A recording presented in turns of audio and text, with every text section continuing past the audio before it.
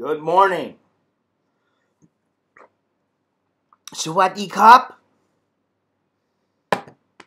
Sabadi my cup. How's everybody?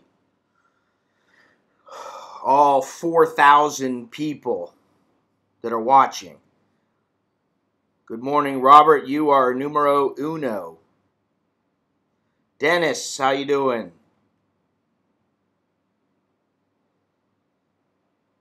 Fit guy, there you are. I've had an interesting morning so far.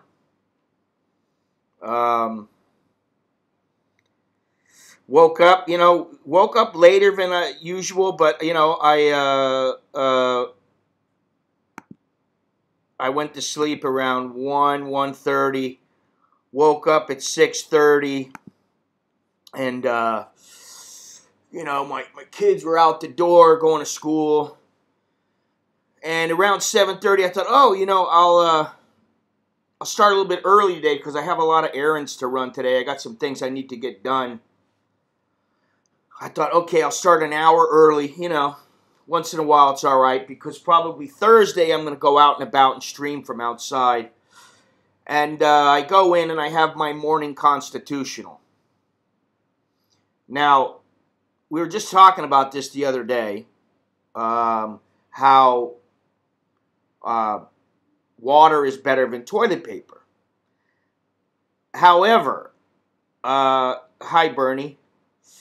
However, that's assuming that the water works. And I noticed that we have a little, it's like a big garbage can, and we use that kind of like to take a shower, because the shower downstairs is a regular shower, it has hot water and everything.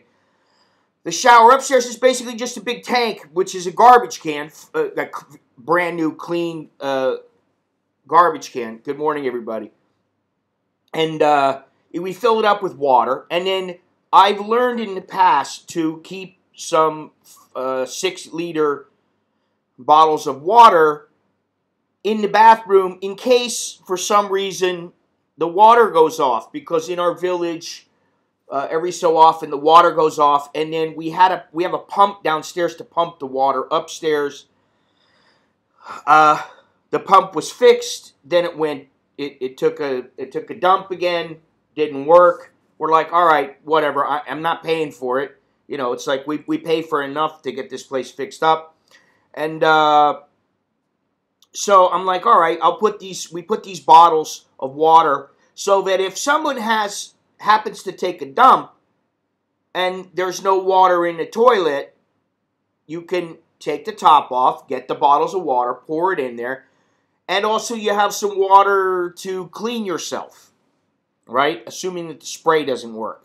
Now, apparently this happened and I didn't notice, and my kids, being the way that they are, they didn't fill up the water bottles. So I go into the toilet, into the bathroom. The garbage can is completely empty. The water doesn't work. I turn it on. Not a drop. Usually you get something. So the neighbors next door have been doing some construction to the point where it's getting a little bit irritating because they're noisy at like 6 in the morning. But, I haven't said anything. But I think that they're using the water for some reason, and it's cutting down on our water flow. So we have absolutely no water on the second floor.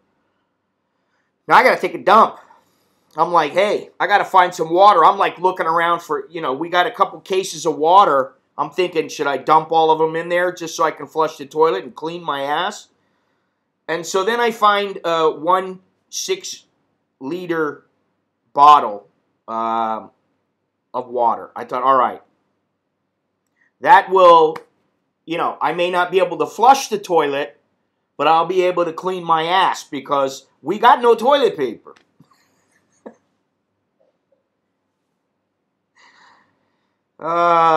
So I get the 6 liters of water is just enough to clean myself, wash my hands, brush my teeth. And I'm like, man, I wonder if it's just that the pump, because the pump isn't working, maybe we still have water downstairs, but there's no water upstairs. So I go downstairs, I fill up the tank, I fill up a bottle. I'm like, okay, the water works. I fill up a bottle of water. I'm like, all right. I'm thinking I'm going to have to leave it in there for the next couple of hours until the water goes back on. So I went back downstairs, and the water worked downstairs. So I filled up 2 bottles of water, poured the water in a tank, flushed the toilet. Everything's okay. Then I get onto my computer. I think, oh, I've got some time left. I need to do a couple of quick edits on the videos that are coming. Oh, well, thank you there. Thank you there, Richard, for helping me with the my coffee and water issue. Where's my water? New water. So I come on. I start getting ready to do my, to do my edits.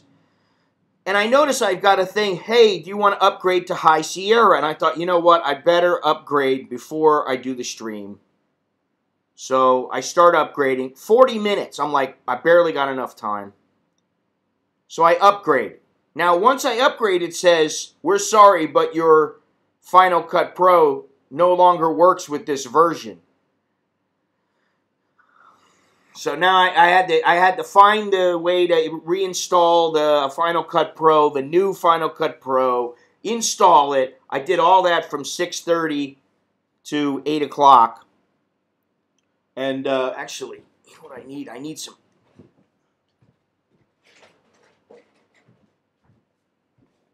All right, now I got the fan on me.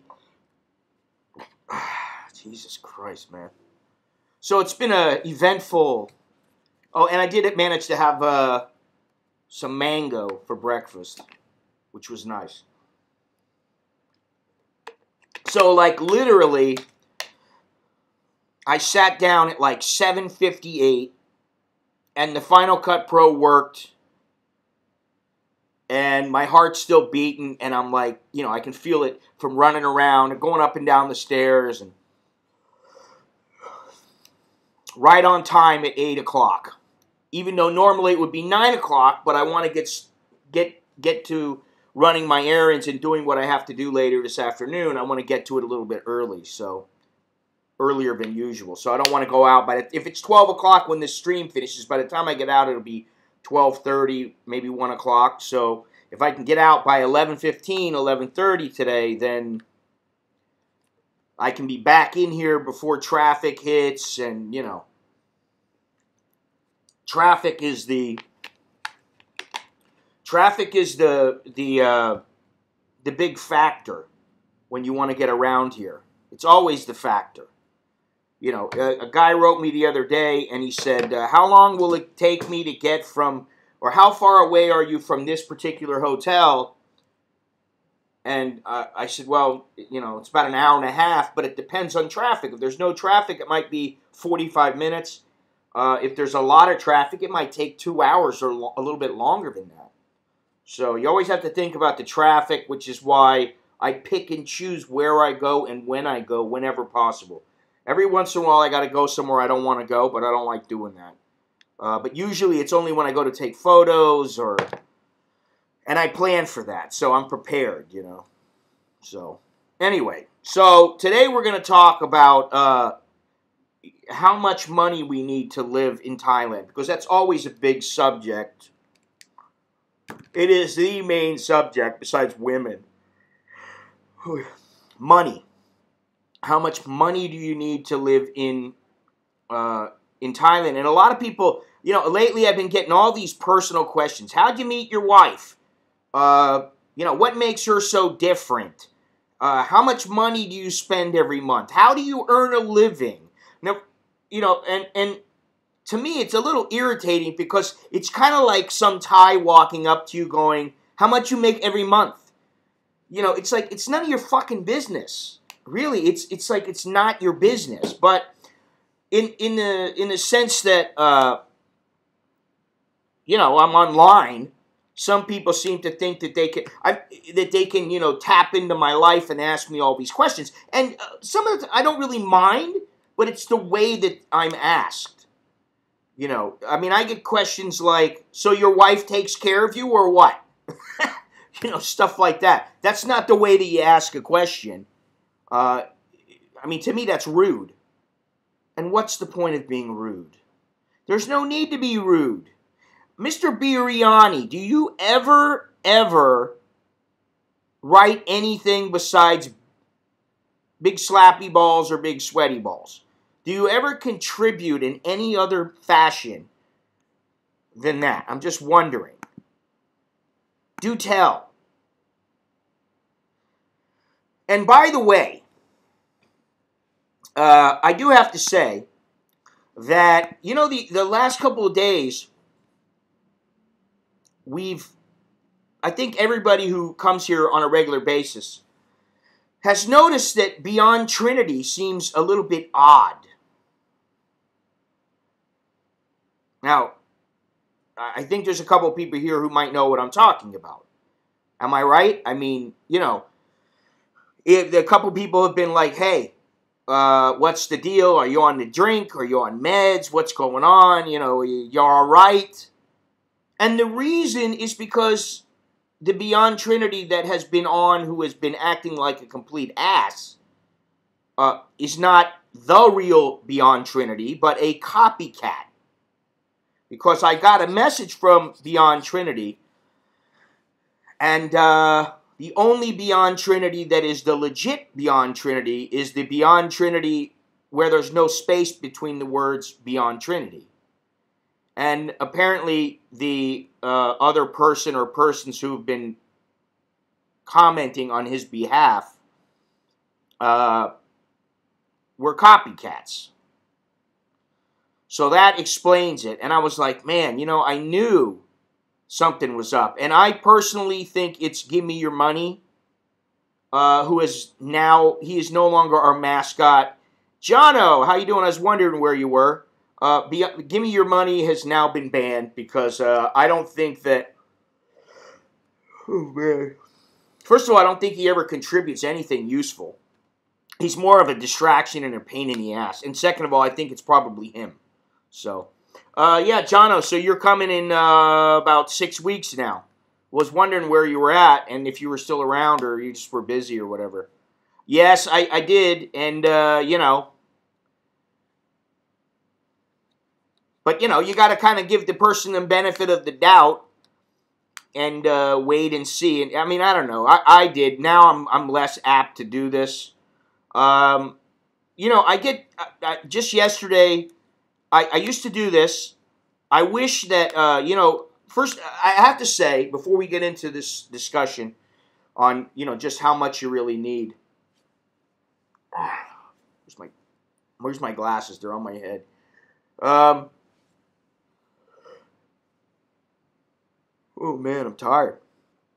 What was I going to say? I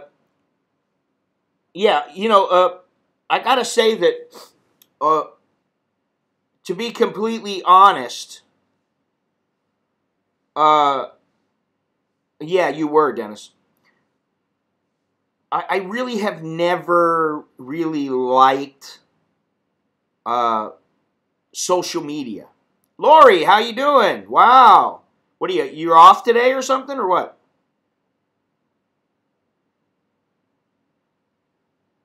To get our sushi on. Yeah, that's fine. I know a very good place. And actually, I'm going to do well, that's good. Oh, shit.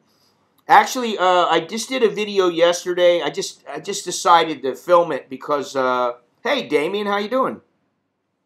I thought to myself, I'm going to go out for lunch. And I really don't want to go... I don't want to go to some fast food restaurant. I don't want to go to Fuji. I don't want to go anywhere really expensive. I didn't want to go to Minato because I've been going there quite a bit, and I don't want my love for the place to decrease. And so I said, yeah, we'll figure it out, Jono. I need to make sure I'm going to be around because I'm going to be traveling quite a bit in the next, say, 2 months. I'll get into that in a few minutes because there's some new stuff that I'm going to be doing. But so I decided, inside of Fresh Mart, at least the Fresh Mart in Bangkok, they have a place where they cater to Muslims. They have a halal place, which, whatever. But they serve a lot of good food there. But then next to it, they have this place called You Hunt, We Cook. And it's basically just a part of the grocery store.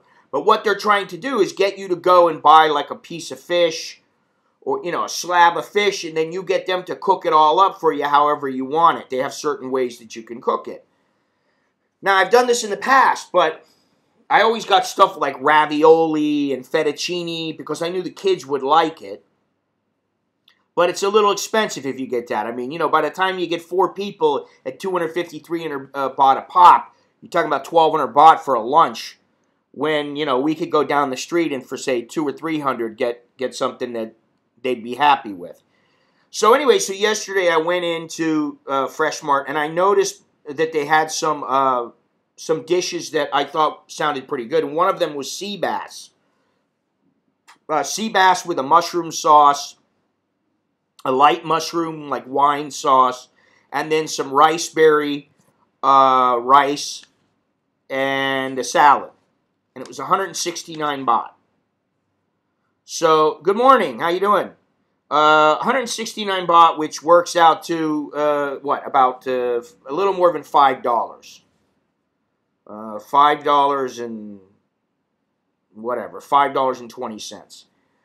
So, basically what I did was I filmed a little bit going into the mall or whatever, and then I filmed the place, and then I made my order, and I filmed the guy cooking the stuff, and then him bringing me the meal.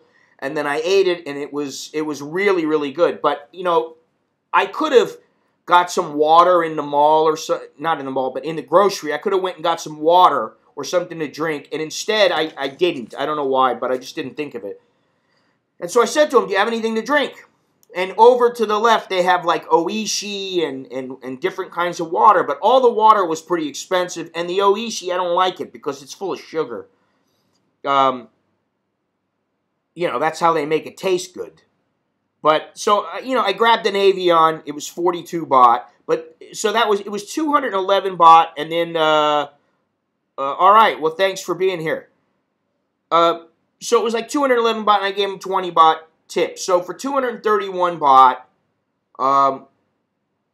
which is a little more, it's about $7. I got a nice meal, an Avion water, and it was okay. But I could have went, yeah, they have Gatorade. But I really could have got a water for, say, 8 baht or something. So really, that meal could have cost me, say, 180 baht, which is, like what, $5.60 or something like that. $5.60, yeah, about $5.65, something like that. So, not a bad deal. So, I think I'm going to start going there a little more often. But I did do a video of it. So, I may put that up tonight. That may be the video if it goes up tonight. I'm still working on the video from Kokut because it's, man, I mean, I've edited from about an hour and a half down to about 50 minutes. And I still want to edit it down to, like, no more than 20 minutes. But, I mean, it's a lot. It's us at the beach, showing the beach. This guy's got a what do you call it? A DJI Phantom. And then, I show a little place where we have breakfast. Then we go out to the beach, which is beautiful. And then we get in a little, our own little private song towel. And they take us to these waterfalls. And some of them were a little bit, well, I think it was the second or third one. It was really rough. And the first one, actually, they were all pretty hard to get to. It's not going to work. It's just not going to work that way. I don't know. It'll be up. It should be up no later than tomorrow morning, that one particular video from Kokut. But, I mean, some fantastic videos. Video footage, just showing the waterfalls. I mean, the waterfalls themselves were just so nice. And really, Only the first one had, I think there was about 20 people in the whole place. And then the second one might have had like 2 or 3. And the third one had a guy and his girlfriend. And the second one, actually, a guy and his girl came down. And Nicholas said to me, "This is too gnarly. We can't do this." And I went, "We can do it." Because what I know, because I used to go hiking a lot in New Mexico, what I know is that, you know, if it gets too gnarly, if it looks like it's going to be too gnarly, then you don't do it. But I took a look at it and I said, you know what? We need to watch where we put our feet. We need to use the big rocks to lean up against so that we can move through real easy, and just be careful. So I watched them, and they did it. We got to this waterfall, and it was fantastic. We went behind the waterfall. We went underwater. It was really nice. But the guy and the girl, they were like, "Oh, no, I don't think we're going to go." And I said, "No, you got to go for it. It's really not that hard." And then a few minutes later, when we were leaving, we saw them pass us up on their motorcycle, so they decided not to do it. So that's what, that's what's going to be in the next video. And then the last, or maybe the second to last video will be of us kayaking on the ocean, that was so much fun. I want to do that again. And speaking of all these travels, though, you know, my wife has been away on business, and she got to go one day to CASHAPP, because that's part of her region that she covers. So she got to go to CASHAPP for one night, and she's got a place for me to stay there, and she said, you know, you should come here and write, because you'll love it. It's the kind of place that you like. I said, all right. So maybe next month or the month after. I'm not sure yet. I want to go there too. So I've got Burma coming up. That's, I think on the 26th. My buddy is coming from Korea. An American guy is coming from Korea, and he's going to be here. Yeah, I didn't forget there, Dennis. I wanted to see if anybody noticed, to be completely honest. It doesn't surprise me that you noticed, but I wanted to see, because I didn't want to say anything about money today. And I wanted to see, does it make a difference? Because, you know, it's not only about the money. Well, it's not showing because I turned it off. Now it should be on, and give it a second, it'll be on. So if it makes anybody feel better, there it is. I know that Richard, because he sent me several donations. I know he knows it, but it's a little different than this one. There's different ways to send, you know, PayPal money. But anyway, so I've got the Burma trip, and you feel better now? To be honest, I feel a little bit better, but I think I had the flu or something. It may have came from Alex. Alex may have had the flu when we were traveling. He may have caught the flu. He didn't know it. Then we got in the car, and it made it worse, and he started throwing up. And then he gave it to me and my wife, because both of us don't feel very good. But like the last 2 days, I've been in pain, like my, you know, muscle pain, joint pain, and I felt like I was going to throw up. So I think maybe we got sick from him. Or, you know, we just got sick. We got the flu or something. But I feel a little better now, myself. So anyway, around the end of the month, sometime in the end of the month, 26th, 27th, going to Mandalay, and then Yangon, and I got to say this right, Mallon, then Dawei, and then I'll take the death train back into Thailand. Well, I'll be in Thailand, into Bangkok. And then Cambodia, Vietnam, CASHAPP. But I'm not going to say when I'm going on that one, because I may just disappear for a while. Thank you, John. I appreciate that. And then, let's see, what else? Tokyo. It's the Death Railway is actually what it's called. It's the railway, you know, like in Kanchanaburi, they have the bridge over the River Kwai. and it continues back, and it's where the Japanese made the British and other nationalities build the railway, basically, and a lot of them died, and quite a few of them died. So they call it the Death Railway, but it goes all the way back. It's not just in Kanchanaburi. It goes far. It goes all the way to the border of Burma and into Burma. So that's what I plan on doing. That should be pretty cool. And then, of course, the Africa thing. But the Africa thing, yeah, it's still an operation. You can still jump on it. And it's cheap. I mean, it's next to nothing. It's like 30 baht or 50 baht or something. I don't know. I've been on it before, but I just don't. I went with my mother. I went with my mother once. I went a couple of times on my own, and it's been a while, but.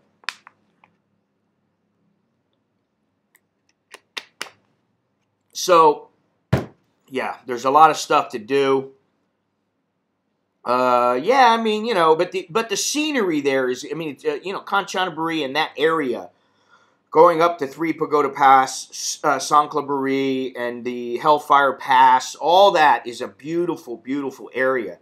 So, I mean, you get, like, the air is nice, it's really green, and you're outdoors, and, you stick your head out the window, and it's like, oh, man, it's fabulous. It really is nice.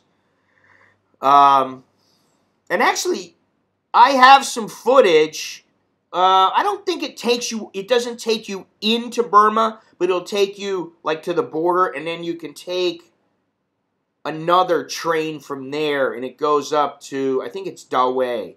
I have it all written down somewhere, but I'm pretty sure it's Dawei. See, at first I was going to take the train in and go across the border, by foot, and then go up and then fly out of Yangon. Then I decided, you know what, I want to go to Mandalay. There's a bridge there that I would really like to photograph. And, this is the thing. Now I've decided that the way that I need to do things is I need to take a day for photography or 2 days for photography and a day or two. Whatever the amount of time I need to shoot video, I need the same amount at least for photography. So I'm going to have to try to do that. And, if I really wanted, I could do that trip in 3 or 4 days, but I'll take like a week, maybe 8 days. So, and my buddy is coming in, when is he coming? November 23rd, he's the guy that I'm traveling to Africa with. So, we got a few things to discuss about that. And so, anyway, my schedule is pretty full. And there's a lot of people coming. There's 1, 2, 3, 4, 5, 6, 7, 8, 9, 10, 11 people coming in the next 2 months. At least. There was one other guy, I think, that just contacted me. I hope so. My problem is always about focusing. If I just focus on photography and don't worry about the video, I'll do a lot better than if I'm trying to do 3 things at once. So, that's what I plan on doing. But, I'm trying to still get the studio fixed up here, and hopefully in the next 3 or 4 days, I should be getting a bookcase, a nice bookcase for behind where I am, so that I got a place to put my books and everything else, and it'll look a little bit nicer behind me. Well, thank you, Lori. But I still need a chair. A chair and a desk. So I have a lot of things that I need to get and to do. And so for anybody that asked me, like where does any of the money that I make go? It pretty much goes right back into whatever I'm doing, which is travel or whatever. So getting into how much, damn it, you know what? I'm going to write that down because it's in the closet. I know where it is. I just need to make sure that I get it out because this chair sucks. See, if I don't write something down, I don't always remember, you know. I have a list of things to do today and places I need to go, and you know, yesterday when I filmed the sea bass and me getting it, and you know, him cooking it and everything, I was like, oh, let me get my microphone out. I got my microphone. And I went, oh, it's the iPhone 8 Plus.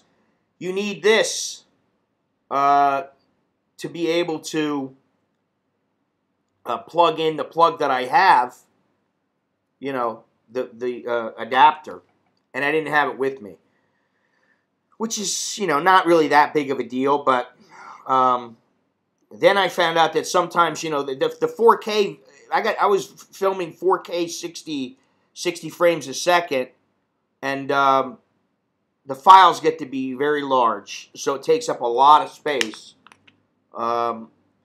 Yeah, I mean, I know I need a chair, and you know, that ball would work. It doesn't really provide any support from my back, but it makes you sit in a way that where you're balanced. Like right now, my hips don't hurt, but I think maybe some of that had to do with me maybe having the flu, because anytime I get the flu or something like that, I start feeling sick like that.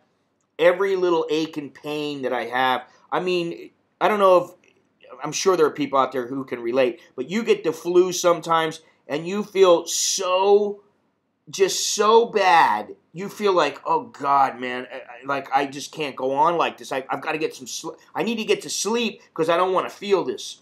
You know, I feel so terrible. I just want to get to sleep. That's pretty much how I felt the last 2 or 3 days. Yeah, I mean, that actually, I don't think that footage that I showed was nearly as crisp as, say, what you'll see when there's a little bit better lighting and you're not moving as fast and everything. But yeah, it's definitely very good. So, yeah, I mean, I am feeling better, but I know that, like, I feel better now because I'm rested and it's the morning. And when you know, once you start getting tired, at least for me, by the end of the day, I mean, you know, if it's like 9 o'clock at night and I'm still doing stuff, and I'm like, oh, I got to get this done, I got to get this done, and then it's 11:30 and I'm exhausted. Usually by that time I feel so bad, and that's what keeps me from getting to sleep sometimes. I feel like just complete garbage, you know. Hey, you know what? I like NyQuil. I mean, I don't like it that much, but I like it. But I don't know. I haven't used it in years, so I don't know that I really need it. I know it's good stuff though.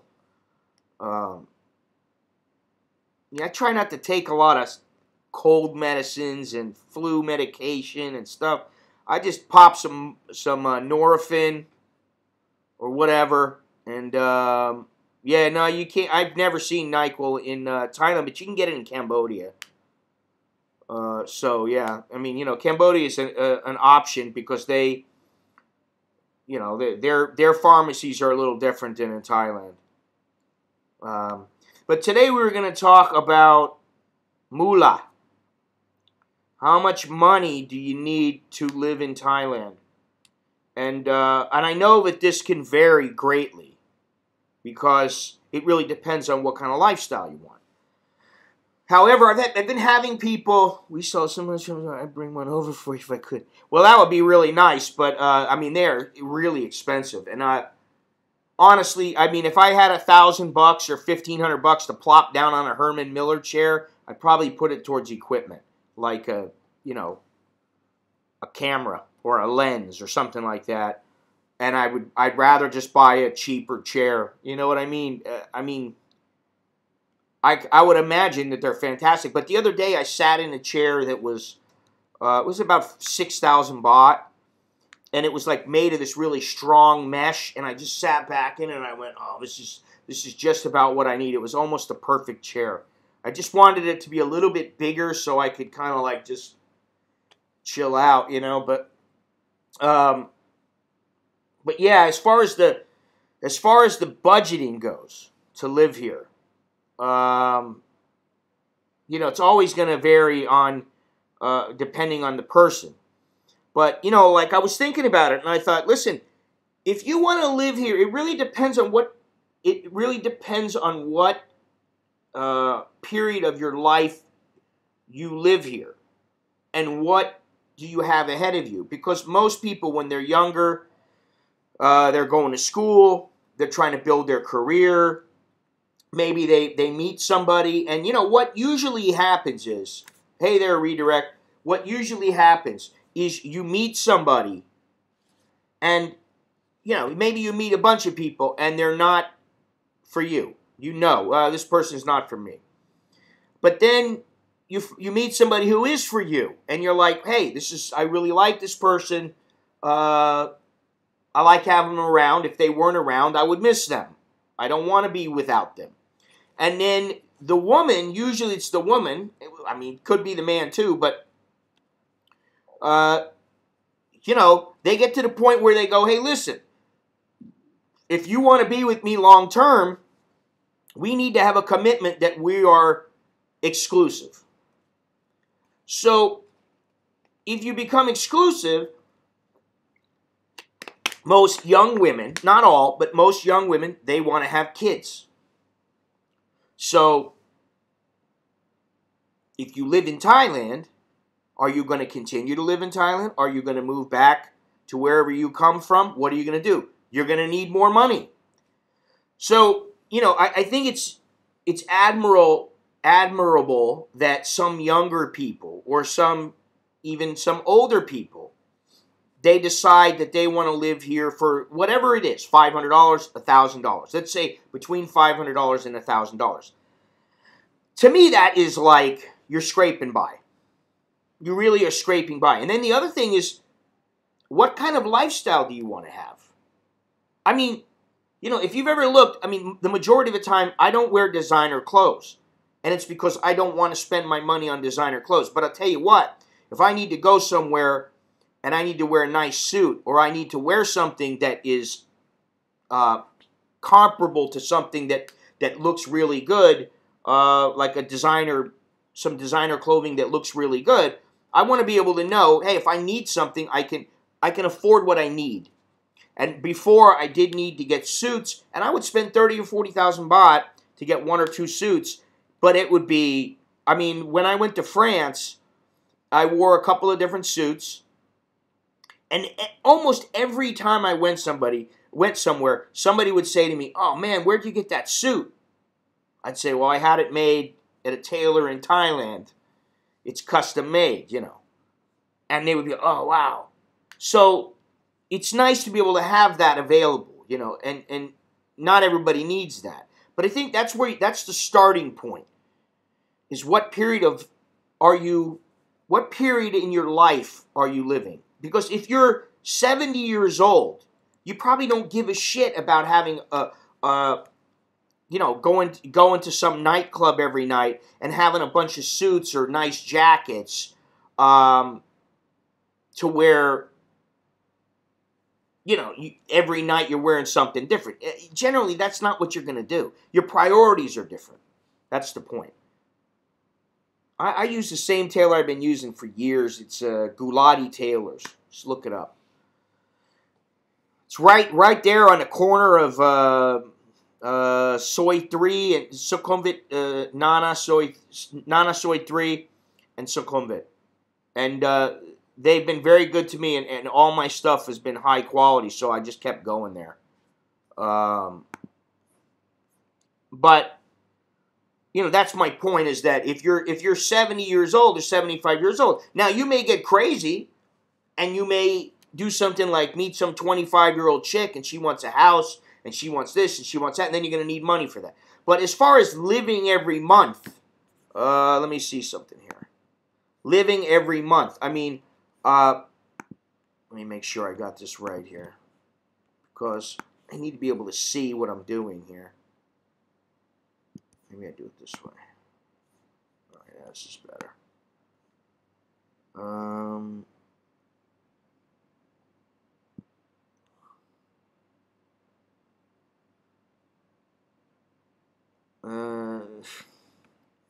Listen, I'm not here to get, to make a couple little bucks off of somebody like that. If you want to go and do it, you can tell them that I sent you, and they might remember. The one guy, the son will, and the father, they might remember me. But then again, they might not. I don't know. If they see my face, they know me for sure.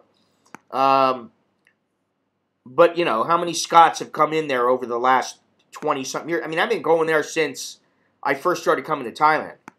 But I'll give you an example. I mean, if you're a single guy and you're not the kind of guy who yaps on the phone all the time, you really need just a bare minimum phone plan. You can get by on a couple hundred baht if you really want. You can use line. You can use Wi-Fi,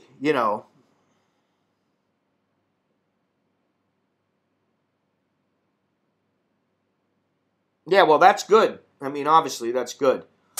The more the better. I mean, I personally think that if you think of money as a tool,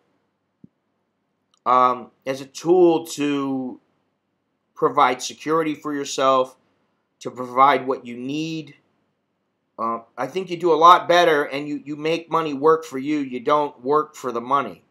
You don't let money control you. You can control the money. I think if you think about it that way, you do a lot better. Now, I've always said, as a single guy, I really wouldn't want to live here for any less than, say, $2,000 a month. Now, some people might think that's a lot. Well, okay, I understand you might think it's a lot, but first of all, I never said that I wanted to move to Thailand to live like a pauper or to live like a poor Thai.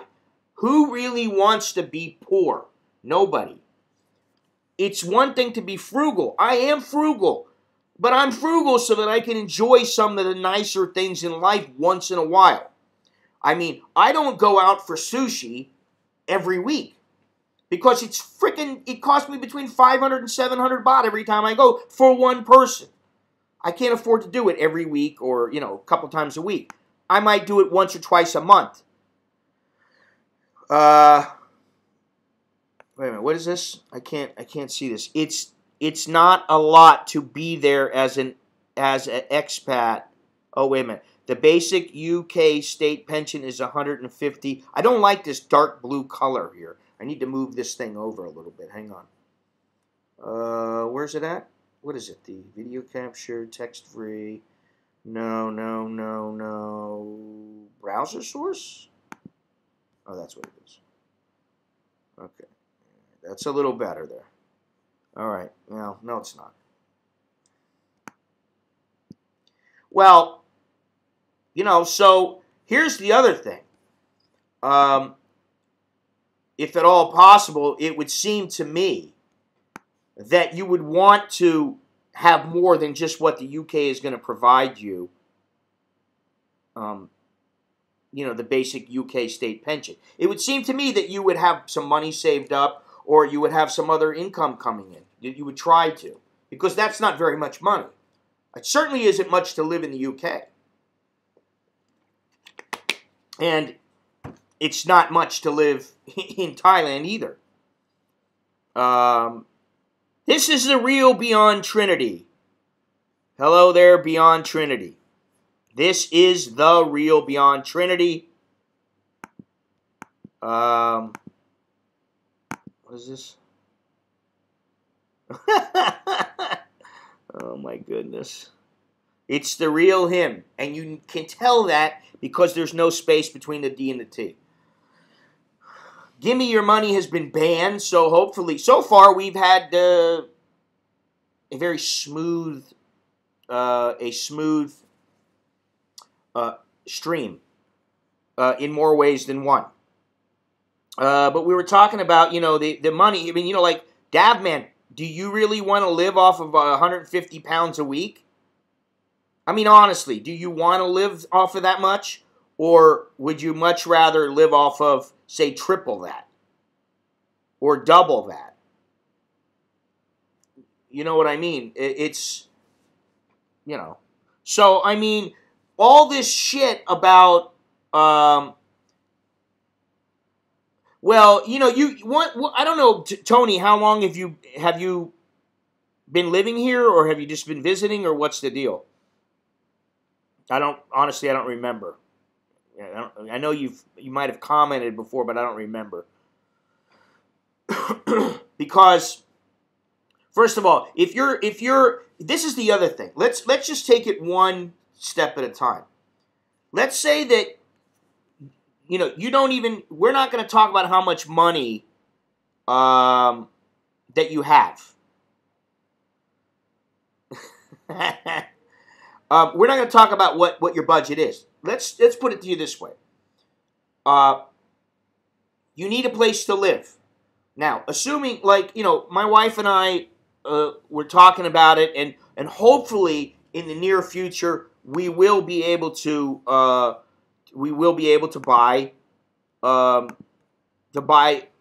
like a townhouse or even a house, okay? And if we can't pay cash for it, we'll put the majority of the money down. We're hoping. You know, she has something to do with that. It's not just me. So she, you know, this is the thing. You know, fortunately, in my case, it's not like something about how much you give me every month. I don't get that bullshit. We work towards a common goal, okay? Or common goals. So that really helps. But you need a place to stay. So let's assume that you're not going to live in a place that you're purchasing. You're going to rent a place. Now, where you live is very important. Can you live off of, say, 5,000 baht? Can you get a 5,000 baht room? Yes, you can. You could get a place for 1,500 or 2,000, maybe with a little help from a Thai. But it would be pretty much a shithole, and you're probably going to be going to the bathroom and taking a shower in a communal area. Now, you can find places between, say, 7,000 and 10,000 baht, and they're townhouses or condos in Bangkok. You need to look around. You know, you really need to look. Because the average foreigner either doesn't have the patience, doesn't have the know-how. Dennis, stop putting those all together. It's too much. I already do it. You can just do like one. To help support Scott's streams, please make a contribution through PayPal. Yeah, just one at a time is all right. But thank you. Okay, so you spent $15. Now, let me tell you something. A nude is a place where a lot of the bar girls stay in some of the apartments at a nude. And I know that some of them, now this is a while ago, but, I mean, this is years ago. But I know that some of them would have places for 3,500 baht, for, say, 5,000, 6,000 baht. One room.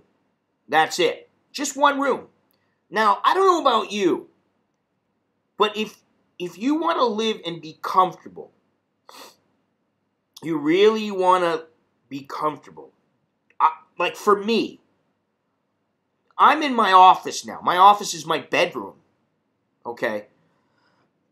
I spend a lot of time here. But if I didn't have a place to walk around, I'd go nuts here. I go nuts here as it is. I have to go out. That's why I go to the mall. That's why I go and take a walk. That's why I go to certain places in the area. You know, Ramkhamhaeng Road, those kind of things. That's why I do it. Because if you stay in one little studio apartment, after a while, you go stir crazy, man. I mean, it better be a huge apartment that you have all sectioned off or whatever. And I remember there was a place that I looked at when I first moved here. It was about 25,000 baht. It was between Petchbury Road and like Oh, this is interesting. Petchbury Road and Prakanong. Okay. Where's that bill at? Shit. Yeah, I want to see if I can pay my water bill with bitcoins.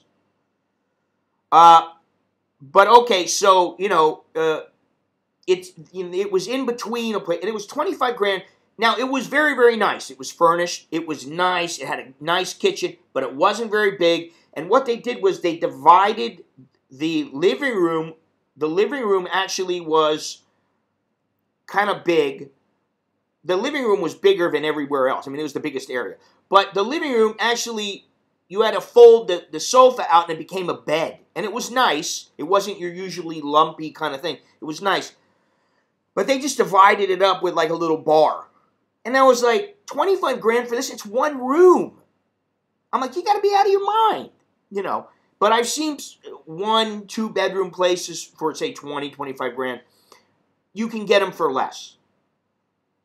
I've said this before. My buddy has a nice place off of Ratcharapisek. I think it's Soy 7 or Soy 10. I live in an apartment same size as that. Well, that's a 20 foot. That's 20 feet. So, I mean, I don't know if you've got it divided up, but it's got Travis and the awesome food. What was that? More reaction with more out of the action. I'm thinking Lumpini, to be honest, but thanks for the heads up. Lumpini, that area, if you want to go somewhere in the Lumpini area, there are some nice places there. They tend to be a little bit more expensive. I knew a guy who worked for the embassy. This is before I even met my wife. And what I remember was he was Cambodian. He spoke good English, and he worked at the Thai embassy, or the American embassy rather. And we went out and we partied, and he got drunk and threw up. I remember that. But we went up to his place. He had this phenomenal place that the embassy paid for, and it was like $65,000 a month. It was like a penthouse. It was furnished. It was beautiful. So you can have whatever you want, but like, if you're going to say, oh well, I'm just going to stay in this place for $5,000, I think you really need to think, how long do I plan on staying here? Because it's good for the short term, let's say even a year or two. But even during that time, eventually you're going to be like, Jesus Christ, man.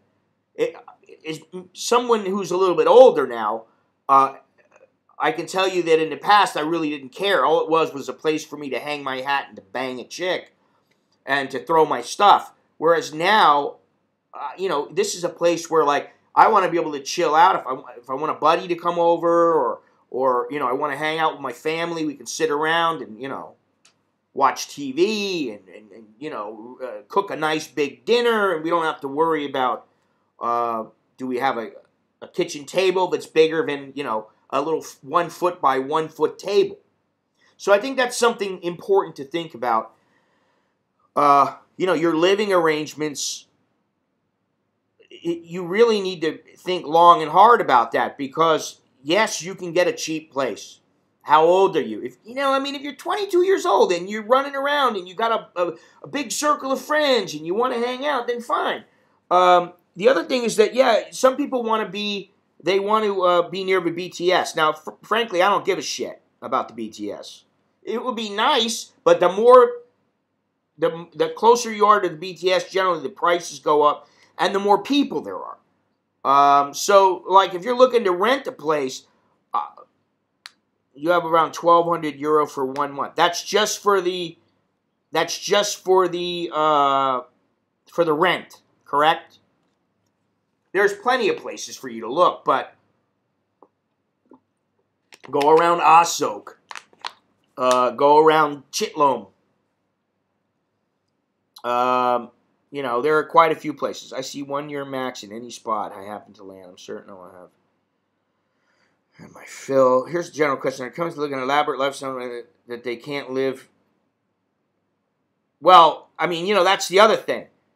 If you've got, so let's say that you got $3,000 a month, and you're single, and you're older, and you really don't want to get married. For $1,000 a month, you can have a very nice, very, very nice apartment, if that's what you want. And maybe you have no other bills. All you got to do is worry about your food. You can have a great lifestyle with that, you know, for everything. Oh, well, you know, I mean, come on. You're talking about 1,200 euro? What does that break down to in baht? Now, talk to me in baht. Surasak. It's a busy area. It's very busy, you know. And everybody says, you know, oh yeah, Bangkok can be a grind. Well, here's the other thing to think about is that you don't have to live right on a main street or somewhere where there's a shitload of people. All you have to do is get a place that's down some little side street. You go down a ways and there's no traffic. And all of a sudden, you're in a little area where there's very few people, or if they're, like, I mean, I'm sitting in my room right now. I almost never hear anything. The only thing I hear is when these people are doing construction, and they've only started doing that because they sold the house next door, or the townhouse next door. For the most part, it's very, very quiet. Even in the front, it's fairly quiet, with the exception of, like, rush hour, and then you can hear noise. So for me, it really doesn't get to be all that much of a grind. The driving around can be a pain in the ass. But I don't know how much 12... Let me see something here.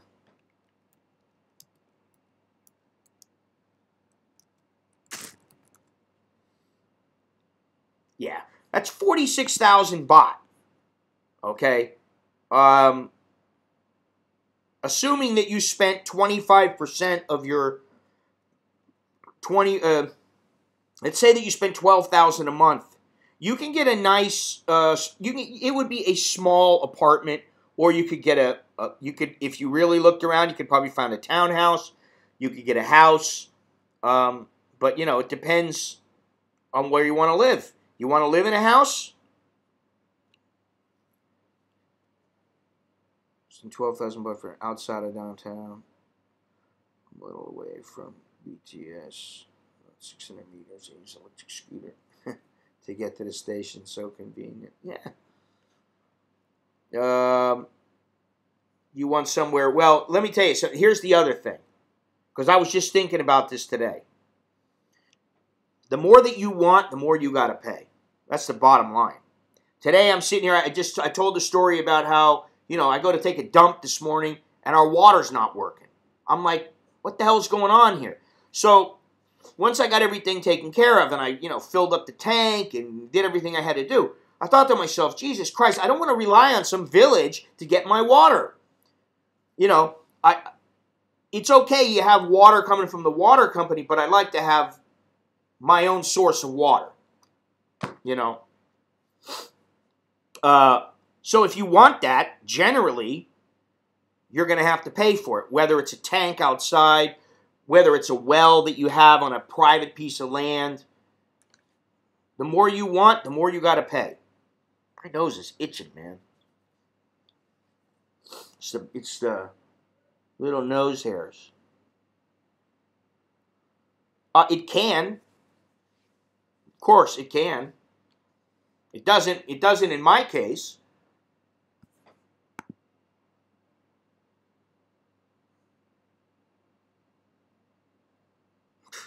Here, I just got a question from a guy. Hi, how many times can you do a visa run? I want to stay long term, as long as they'll let you. That's pretty much it. You may go on the second time, third time, and they may go, hey, what are you doing? Why have you been banned? Who are you?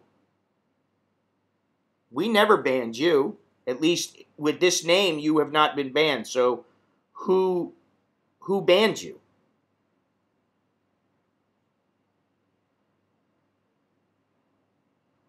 Yeah, I mean, you can look for stuff online. I just would say that you can use the online stuff, unless you can read Thai. You use the online stuff as a guide, and then you kind of go from there. And don't think that you can't don't think that you can't ask people in certain areas. You just can't. I mean, you can go up to some lady if she understands. You just go, hey, do you know any nice apartments? And you know, you get little leads that way. You start walking around in an area. You may not take this place. I mean, I've been to places and I went, Jesus Christ, man, this place is $18,000 a month, and it's a piece of shit. And then I'd go next door, and there was a place that was $12,000. It was a little smaller, but it was great, you know. So, I mean, I had a place a while back, a number of years ago. It was about $9,000 a month. It was over by Rama 8, and it was just one big room with a balcony, and it was very, very nice. I mean, you know, but it was one room. Personally, I don't want a room. You know, if you want to move to Thailand, I don't, because it's something my wife needs to do, not me, because she's a hell of a lot better at it than me, you know, obviously, because she's Thai. When they see her, they don't think, you know, oh, I'm going to bump up the price. And she doesn't have the time. Given an offer to teach an international school, Phuket, given a low cost of living in Phuket?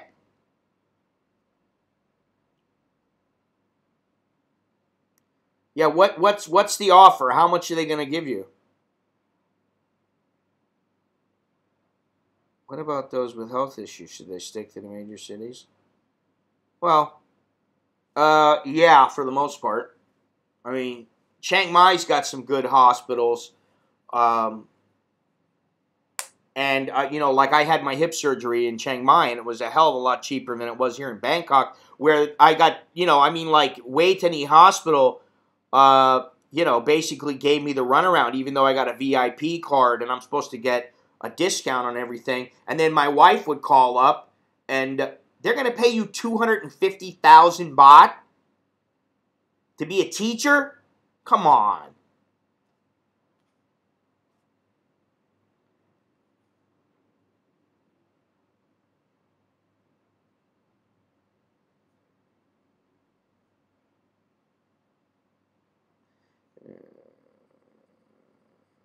Okay, so you got a house built already. Yeah, I mean, that's another thing. See, that's why I brought that up first. If you're not renting a place, if you own your own place, of course, you're ahead of the game. I mean, you know, but it really depends on where you live, too, because if you're living in Isan, obviously your costs are going to be a little bit, even a lot lower in some cases than, say, in Bangkok. Oh, well, yeah. 250K, you're going to be living, you'll be living quite good.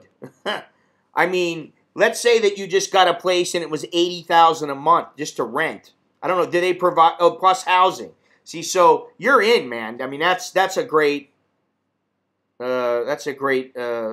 salary for here. You can't keep up with all this shit. Where's that? I would make sure. I mean, it sounds like, you know, with the kind of money.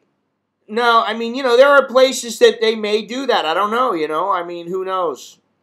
We'll find out soon enough. Teacher can make about 122 if they work international and they have a teacher's license in their own country.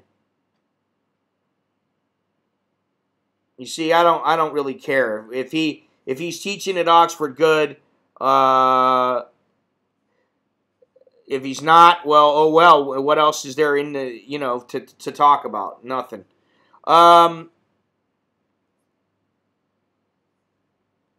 see here.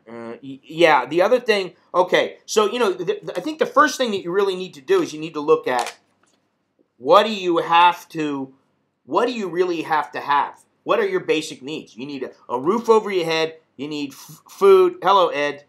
You need food. And assuming you don't want to just sit in your house all the time, you need money to get around, or you need a method of transportation. Oh, yeah. Okay, no, he's legit, man. He's legit as they come. I forgot, I'm sorry. But yeah, he's legit. So it doesn't surprise me. I would say that's a steal.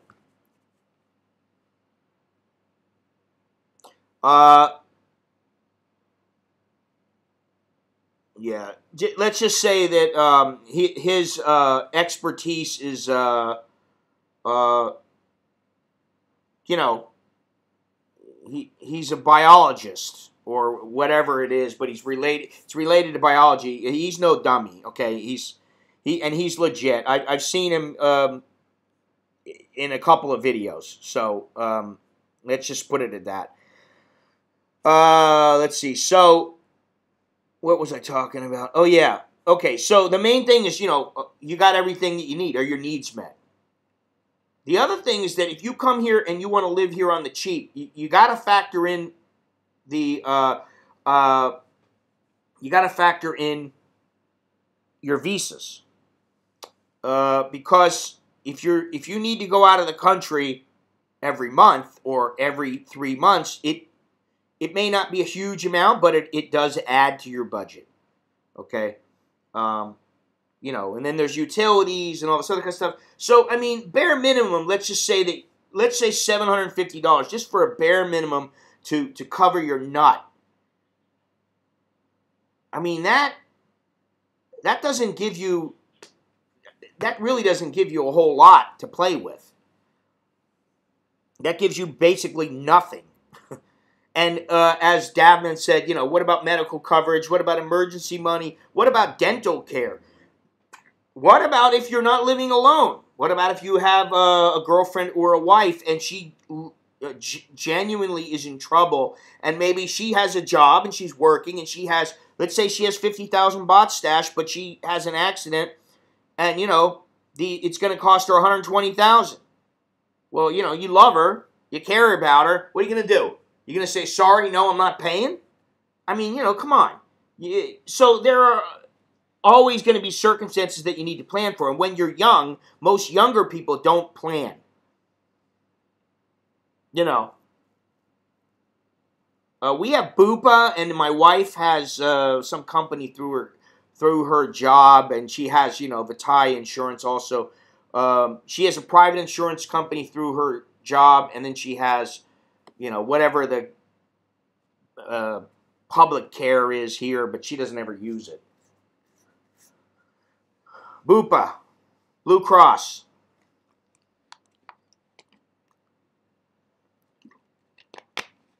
And then I have VA coverage. So if anything serious, I need something serious to be taken care of, I could always fly home and get it taken care of. Of course, you got to pay for the airfare and, but I got parents there, but like for when I did my hip, it would have been more of a pain in the neck to have to go back and forth to the VA to get seen, to get a specialist to okay it, and I didn't want to stay there for 6 months. Yeah, they have Blue Cross in Thailand. They have Blue Cross, they have Cigna, they have all kinds of medical insurances here. They have AIA, which I think is cheaper, more like a Thai brand.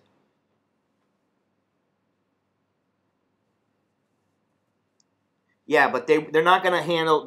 That's the problem, is they won't handle me because I don't have a pre-existing condition, and whatever reason with the TRICARE, I forget what the other one is, but I don't have the right one, and they just gave me the fucking runaround.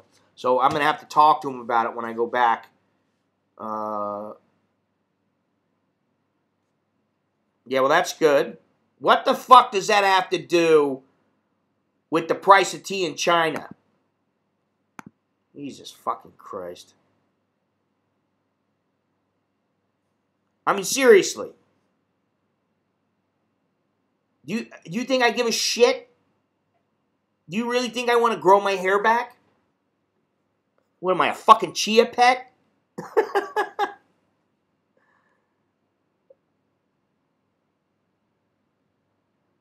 Yeah, thanks a lot.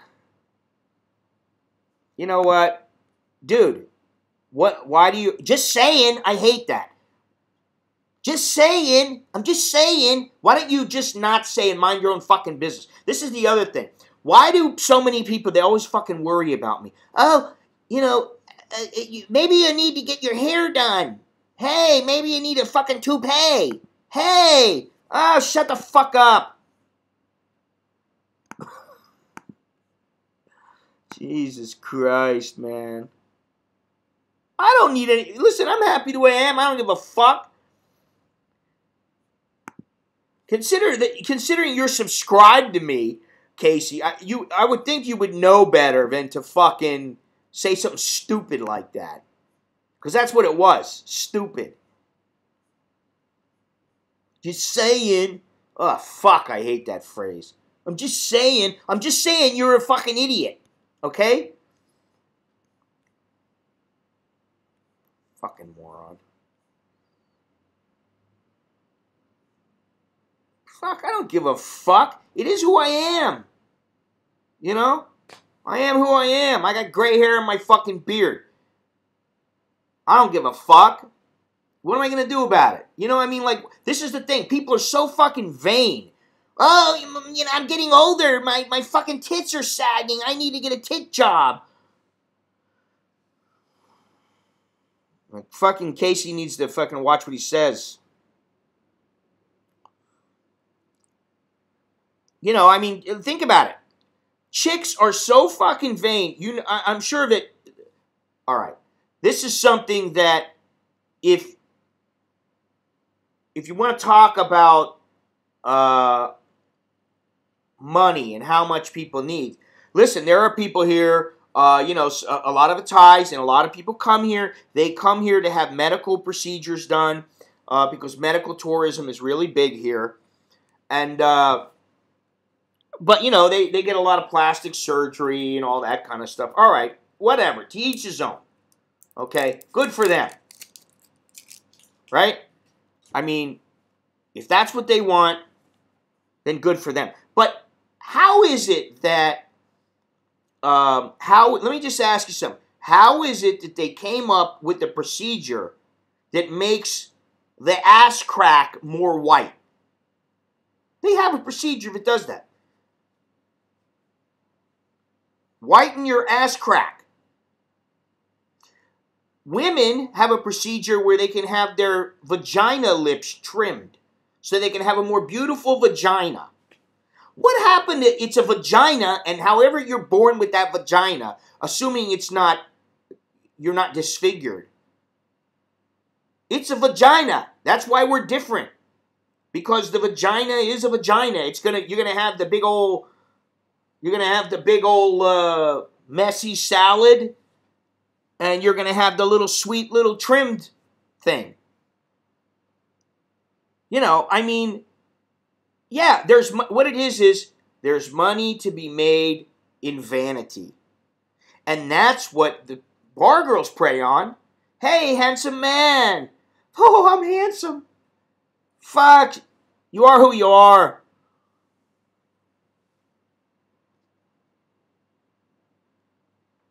Oh, Jesus Christ. Piss flappadectomy, yeah. I mean, yeah, but I mean, how does somebody get so vain? Like, I cannot see myself laying... Okay, that's a different story. If it's a medical procedure to help them in a way that it's physical, like if their breasts are so large that they are in pain, I understand getting a breast reduction surgery. Okay. If they have absolutely no tits and they feel like in order to be a woman they really need them, I guess if it makes them feel better, then good for them. But, like, do you really need to have your ass crack bleached? See, to me that's just plain old vanity.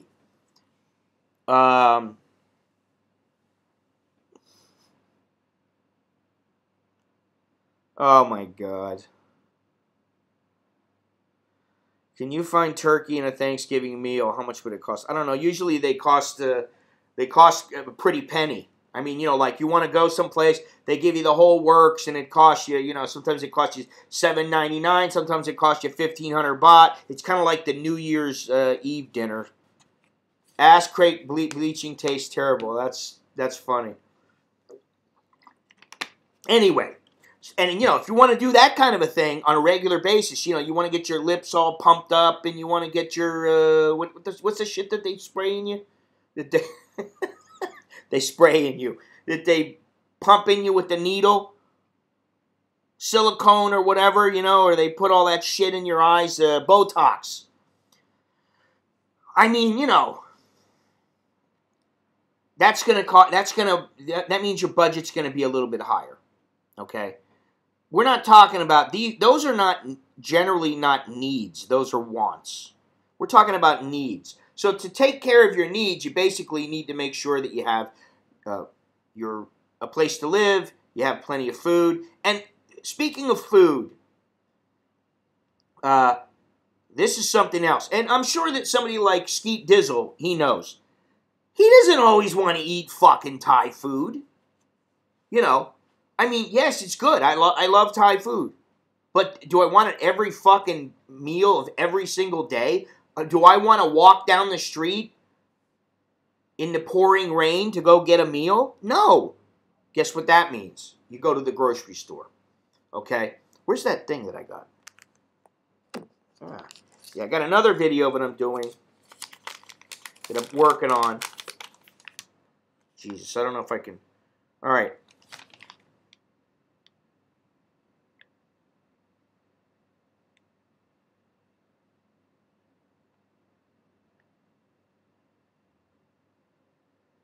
There's no go-to visa. There's a visa that's appropriate for the person.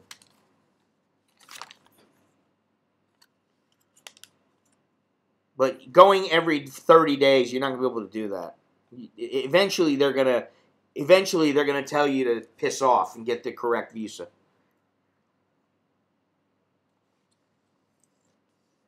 Okay. You know, I understand some of these procedures. But let's get back to the, it's easy to get sidetracked, especially when we're talking about plastic surgery and bigger tits and, you know, a bleached ass crack. I mean, hey. I don't know that they really will put a limit on something like that. They may. It depends on where you go. It really depends on where you go. You can always go and get a tourist visa, though. Fuck. You know what? Goodbye. I'm not gonna put up with this shit from these fucking cunts. I mean, what the fuck? He's subscribed to my channel, and that's what he wants to do? He wants to come on and talk about baldness? Do I give a fuck that I'm bald? No. It happens. Move on. So, yeah, the visa obviously is something you need to think about, but food. Most people do not want to eat only Thai food.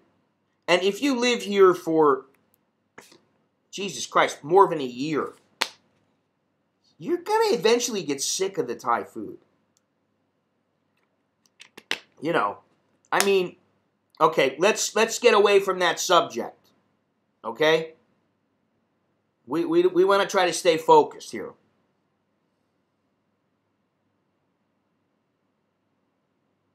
Your friend overstayed her visa. Well, it depends on how far overstayed she is. She may be able to just pay. But, you know, they have certain rules and guidelines that they go by now. But for food, like I know that our food bill is a minimum of about $18,000 a month. Minimum. Now that's, my kids go to school. Guess what? School doesn't give them food. School does not give them food. They've got to buy their own food. Okay. My wife goes to work for lunch. Her team goes out Can we get away from this subject? Fuck. Enough already. You guys want to talk about it? Go ahead. I'll just sit here and watch. I think that's what I'll do.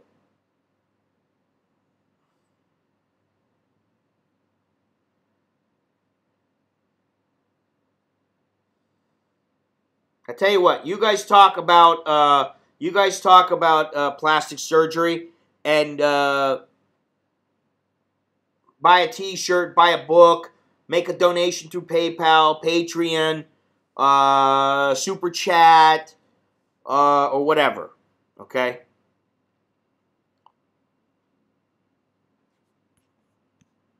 I like the fresh food from the markets. Yeah. Okay, it seems cheaper. All right. So you're gonna buy your meat you're gonna buy all your meat and vegetables and everything. You're gonna just go to the market. You're gonna go to a fresh market every time that you want to go shopping. See, to me, that doesn't work.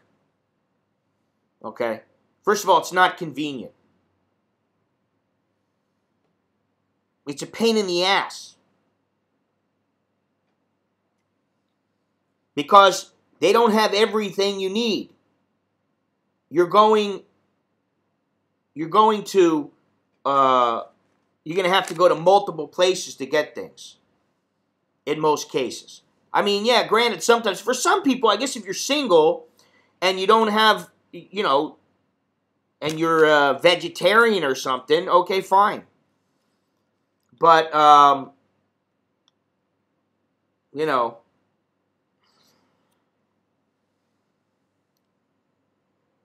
well, if you're making $250K and you're at an international school, you should talk to them about providing your son an education at a discounted or free, at a discounted rate or for free. Rice, chicken, veggies, yeah, okay, sure. I tell you what, you can eat rice, chicken, and veggies. I think there's a lot of other people that want more of that. What about fish? What about shrimp? What about scallops?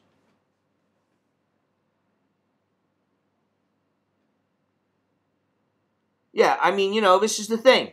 Okay, yeah, so you got to go around to all the different markets. Personally, I don't want to do that. I go to one or two places, and that's it. Dabman, leave the guy alone. He's legit, okay? Trust me.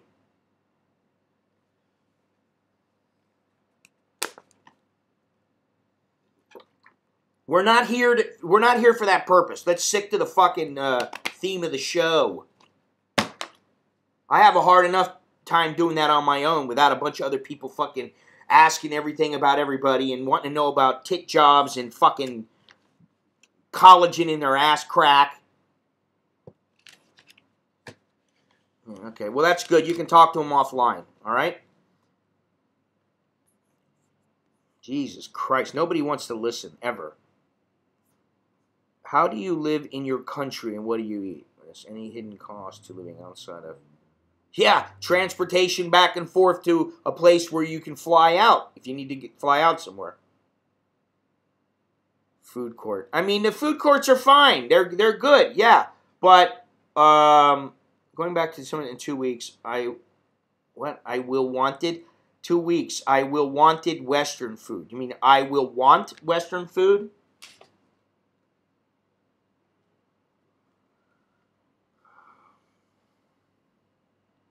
There's a lot of fucking... All the malls have great food, man. And it's pretty cheap. That's the thing. Any mall in Thailand, any halfway decent mall. We're not talking about a fantastic mall. You can go to a food court and for 50 baht, you can have a fantastic meal. Okay? I was going to do that yesterday and I thought, you know what? I don't feel like eating in the food court. Because it's a pain in the ass to find a place to sit. Especially if you got a fucking camera in your hand and you're trying to film. You know what I mean? So that's why I went to the place I went to. Now I may do something in the near future, but at a food court. But and I did do one. I did one a couple weeks ago where I had the soup. I mean, you don't have to pay that much for your food. But how often do you want to eat that shit? Well, it's not that you can't eat out all the time. You can if you really want to, but most people, they want a little bit of food at home so that they can, you know, if they need to, they can cook something. Yeah, this is the thing. I mean, you know, like, what's the best way to get to Thailand in your opinion? Put yourself in a suitcase, have somebody lock you in, and then send it to some courier and have them fly you over. That's the best way. Fuck.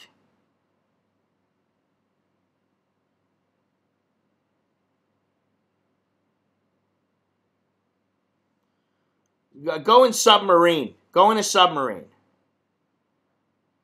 Yeah, I mean, here's the thing. Being a minimalist does not necessarily mean that it's going to be cheap.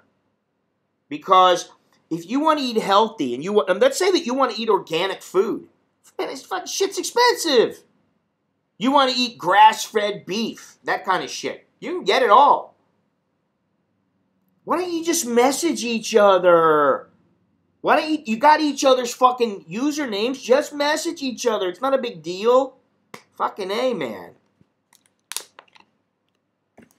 I feel like I fucking, you know, I feel like sometimes like I'm talking to my kids, man. Tell my kids shit. I tell them to fucking do the dishes. Okay, listen, fucking get them done. Don't dick me around because tomorrow morning, or, you know, I don't want to come up here and I got a whole thing, you know, the sink is full of dishes. Yeah, okay. And then, you know, they do half of them, they get sidetracked, and then they don't finish them, you know, because I'm like, why do I got to say it more than once? See, to me, it's like where I come from in the, you know, with my father said, do it, and I either did it or I got my ass kicked. If you move from region to region, variety of food isn't an issue. But beach barbecue on the islands, oh, Jesus Christ.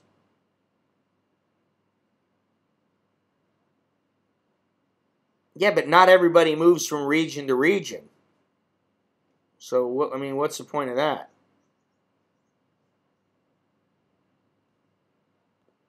I don't know. Is dairy expensive? I mean, like, milk, what is it, 2,000 milliliters? Is that what it is? So what's that, 2 liters? How much? Depends. If it's on sale, 79 baht. Otherwise, it's 85 or 90 baht. So you're talking about $2 and, maybe say $2.50, $2.40. So is that expensive? I don't know. Okay, Ed. It'll be posted. It'll be posted on the other channel. Okay? I got to get them views up on that channel. There's a huge dairy industry here. Choke Chai Farms, Meiji. I don't understand. Maybe it has to do with I can't see it being the operating cost as far as the labor goes, but I don't think there's as much labor as there is machinery. So I mean, you know, that's the other thing is that oh, they're here. They're here. And you can get real cream. I don't know what you're talking about. They don't all have it, but some of the finer restaurants do. Yeah, maybe it's the cost to feed the cow. I don't know. Honestly, I don't know. But the bottom line is this. You can eat for cheap if you really want to. I mean, if I really wanted to, I could go out and I could say, hey, listen, I'm going to spend 40 baht 3 times a day, and I'm going to have a 10 baht drink. So that's 50 baht times 3. It's 150 baht. 150 baht per day. That's 4,500 baht a month. Now, 6,000 baht is almost $200. Now, what I said was our family spends between 18 and about 24,000. Okay? So let's say if we spend $800 a month on our groceries, that's $200 a person. That's almost exactly what you pay if you go out for every single meal. We go out for our meals, we buy groceries. You want banana pancakes, you can get banana pancakes. You make them. I mean, you know. You want a steak, you can go out, you can get one, or you can make it yourself. I mean, you know, but the bottom line is if you want to eat and you want to eat good, and you don't want to be $800, it's $200 per person per month. So what I'm saying is if you were to, say, spend $6,000 a month as a single man on your food, that's $4,500 eating out every day, one meal 3 times a day, 50 baht a meal. And you had a little bit, you spent a little bit for toiletries and a little bit of food in your house, say 6,000 a month. That's $200. It's $200 a person, just like about what we're spending. We go to the market down the street. We go to Bangkok Market. We go to Happy Land Market. We go to the Gourmet Market inside Fresh Mart. I go to Foodland. Every once in a while, I'll go to some place like Otorkor Market. Just depends. But the bottom line is the food's going to cost you. If you're some guy who's, 22 years old, or you're some fucking vegan or vegetarian, and you're, like living the life where you want to eat, celery and tofu and shit like that, I don't really know about that. All right? I don't know how healthy it is. I don't know how expensive it would be. But what I know is the majority of people I know, and some of them are quite fit, they don't eat like that. And food is always a subject where people go back and forth on, because even when I worked with the boxers in the gym, they had a budget for the boxers in the gym. And what people would do is instead of going out and spending all the money on the rice that they were supposed to spend on the rice, what the guy would do is he would, let's say he got 10,000 baht a month for the rice. He would go out and spend 8,000 on the rice, give a little bit smaller portion to the guys, and pocket 2,000 for himself. So I got food. Now, the other thing is electric, water, internet. You want to have internet like I got? My internet is, my internet now costs me about about $1,400 a month. That's just for the internet at my house. It's another $100 for the roaming internet. So it's about $1,500 a month for my internet. It used to be half that. The only reason that I bumped it up to be more is because the streams seem to be more stable and better. You haven't had any problems with the streams today. So, in the past, there were. Let's see here. I'm interested to know if I can pay my,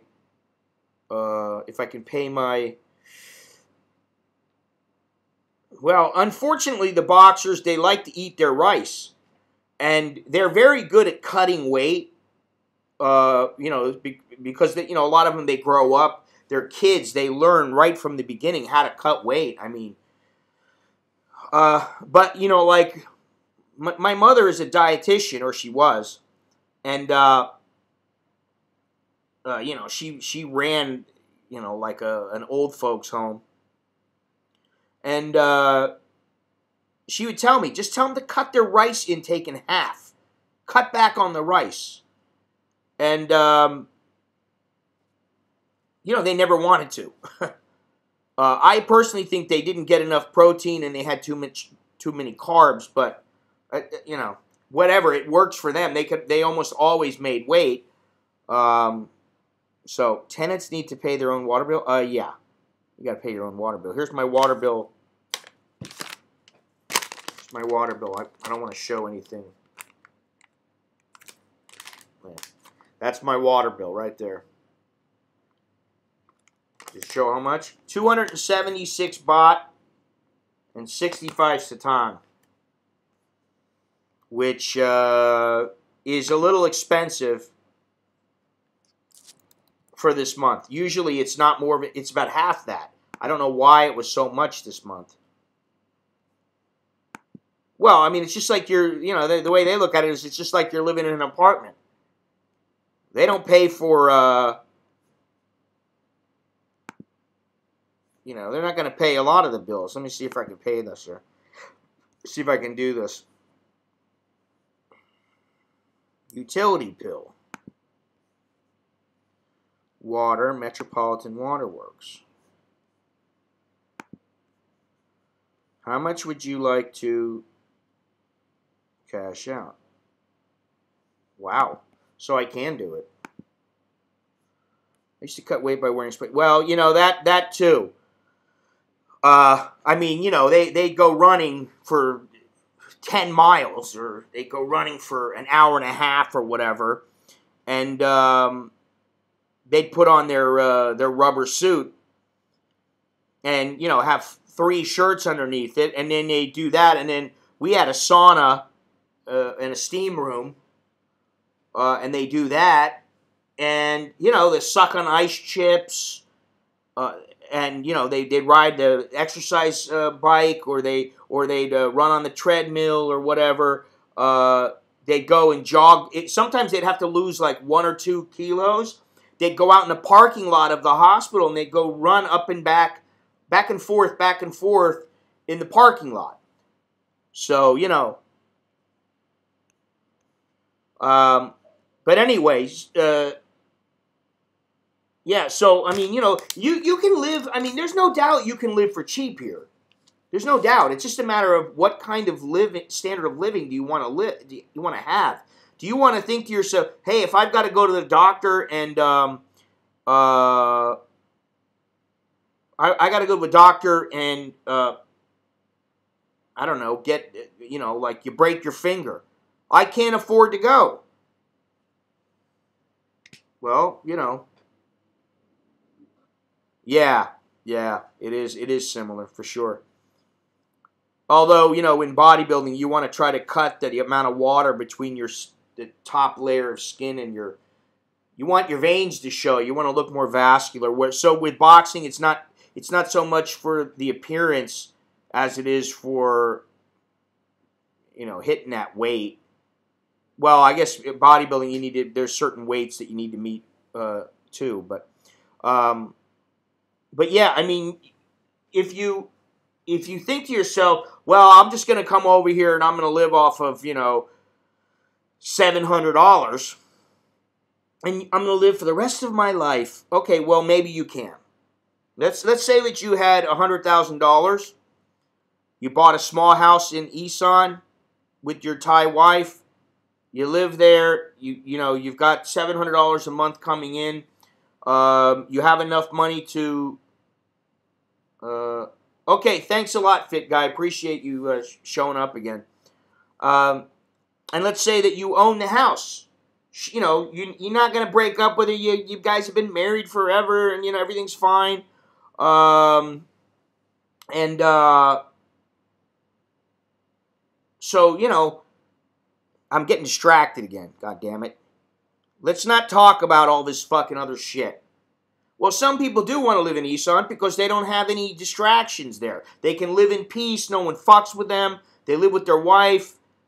Maybe their wife can walk down the street and go visit her family or whatever. I mean, some people want to do that, you know. But let's say you got a house.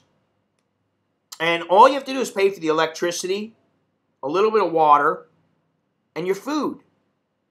And you don't have to, and maybe, you know, you got to go somewhere once in a while. And that's like asking her, you know, hey, are Brazilian women honest?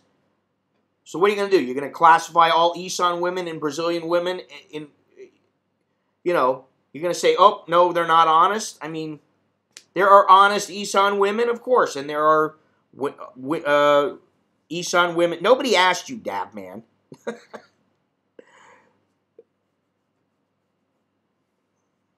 I mean, that's a pretty easy question to answer, though.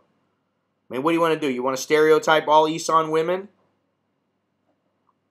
I think plenty of women would take offense if you said yes, or if you said no. They're all a bunch of liars and thieves. They would get pissed. You know. But if you're living out there and you have your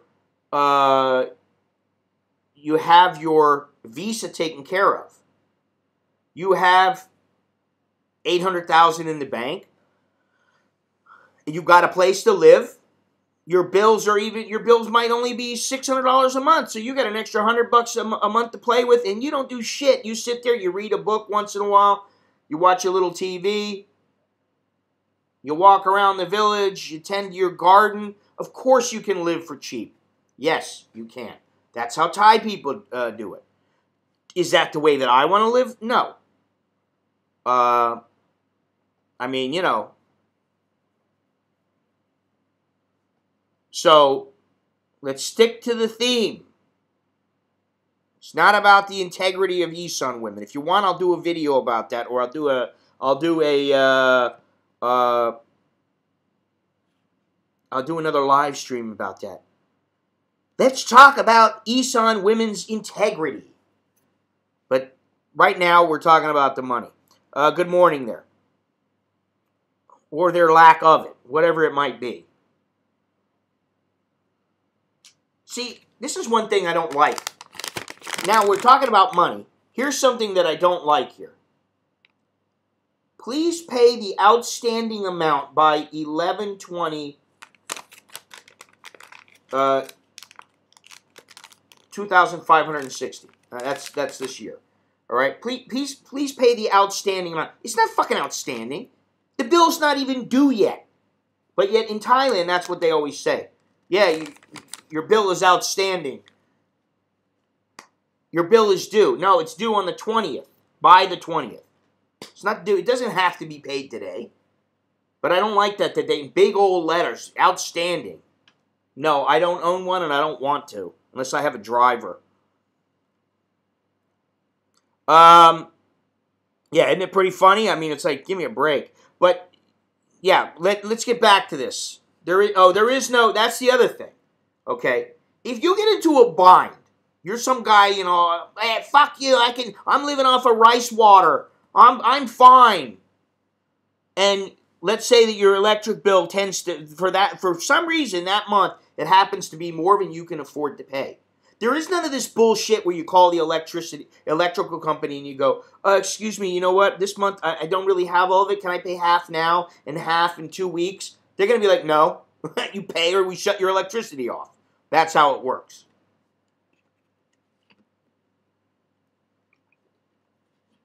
So there's no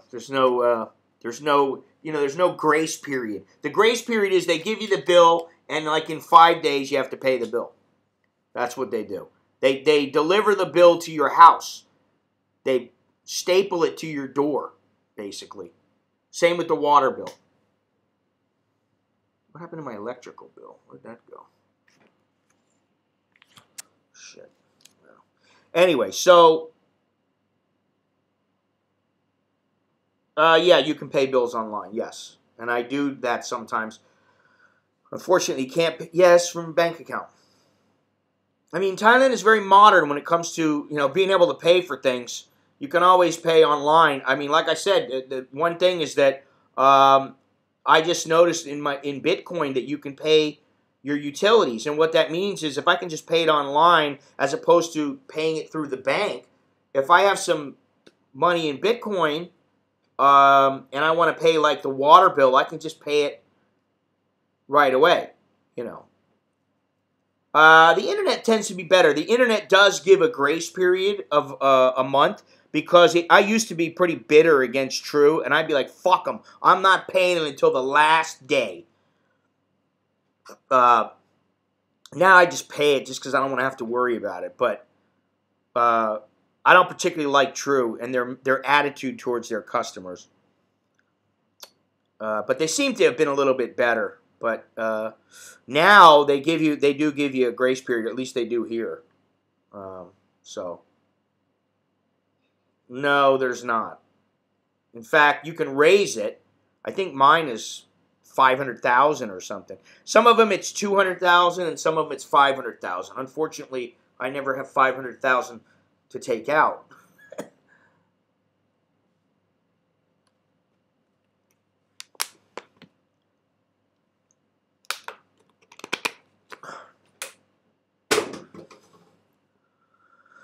But, you know, let's say that you have a nice place. Let's say that my wife and I go ahead and we buy a house. Now, of course, all the maintenance is our responsibility. Well, some banks may put a limit for your withdrawal, but you can ask to have it raised. And sometimes you can do it right online. So, there's also transfer limits. You know, KTB is a bank.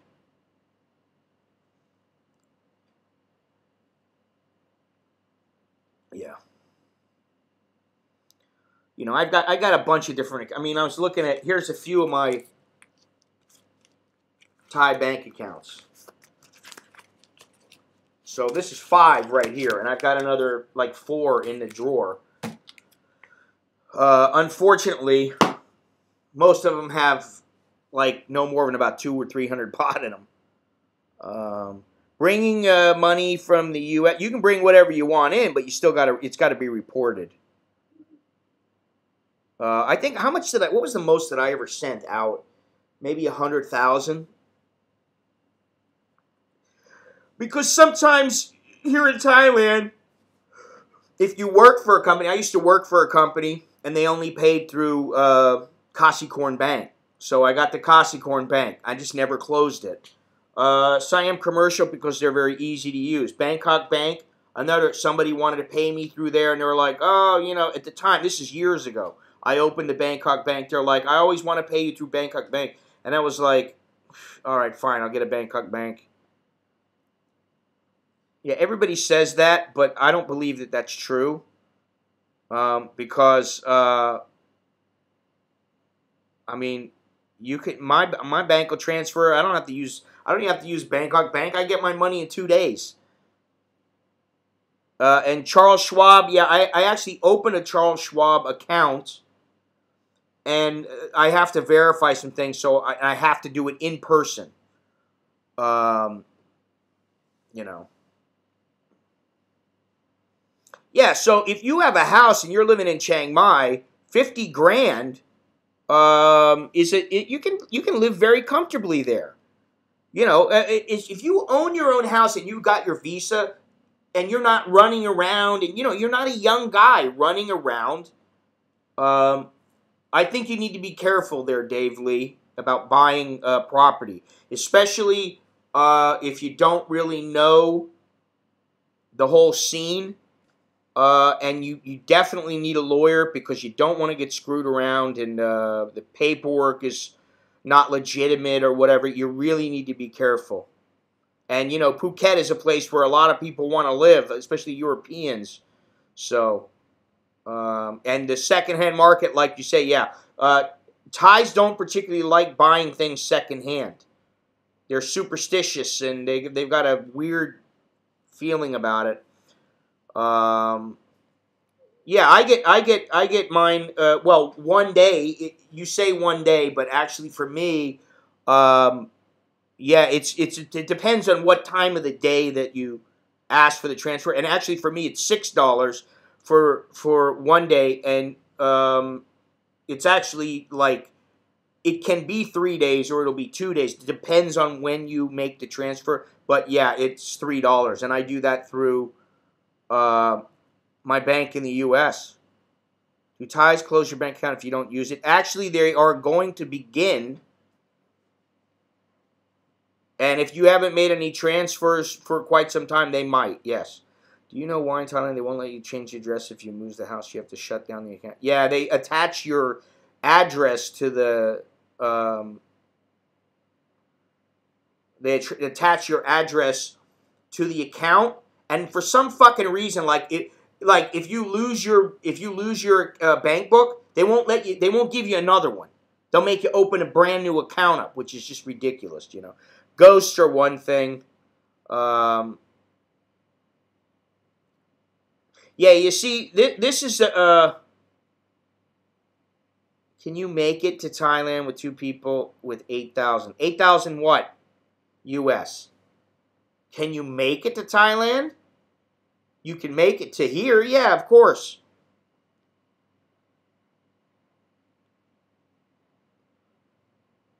Yeah, that's one way to do it. You need to be very careful, though, like I said. What is it you don't understand there, dude? $8,000? I mean, you know, you can make it on a hell of a lot less than that if you can make it here to Thailand. Depends on where you live. What kind of fucking stupid question is that, really? Am I missing something? Yeah, they're insured, but I don't know. I forget how much it's up to. It's not. I don't believe it's $100,000 though. It's not that you're bothering me. It's you make no fucking sense. $8,000 to make it to Thailand? Yeah, fucking airline ticket is only like fucking $700, $800. So do you mean $8,000 to live in Thailand? $8,000 what? $8,000 a month? You know, this is the thing. How the fuck do I know what you're talking about? When you write, you need to write clearly. It's not that you're bothering me. I just don't understand what the fuck you're trying to say. Jesus Christ. Yes, what?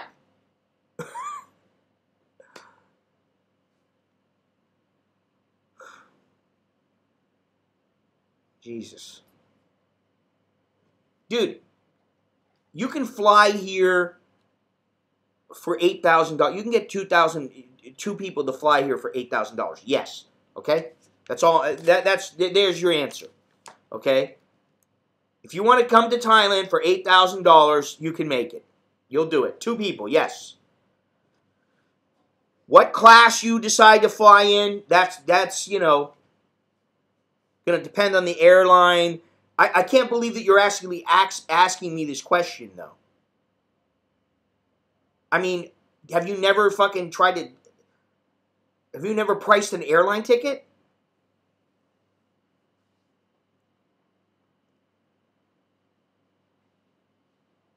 Yeah.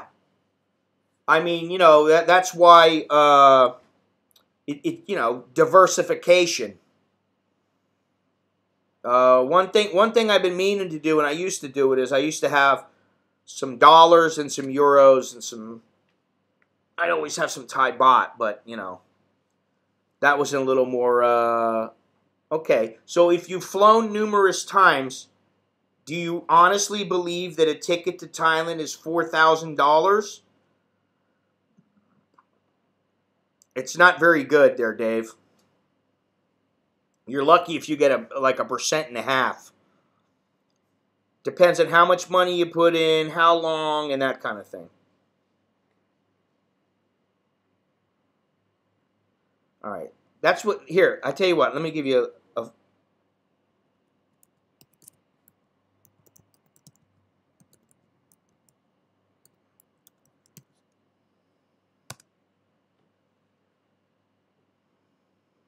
I think that's the link. That link will tell you...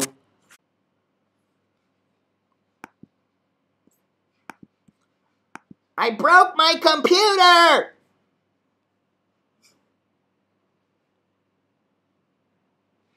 It's all right. It's not, you know, I don't mean to jump all over you, but it's like... You got to look at what you write sometimes, you know. I don't know if English is your first language or whatever, but...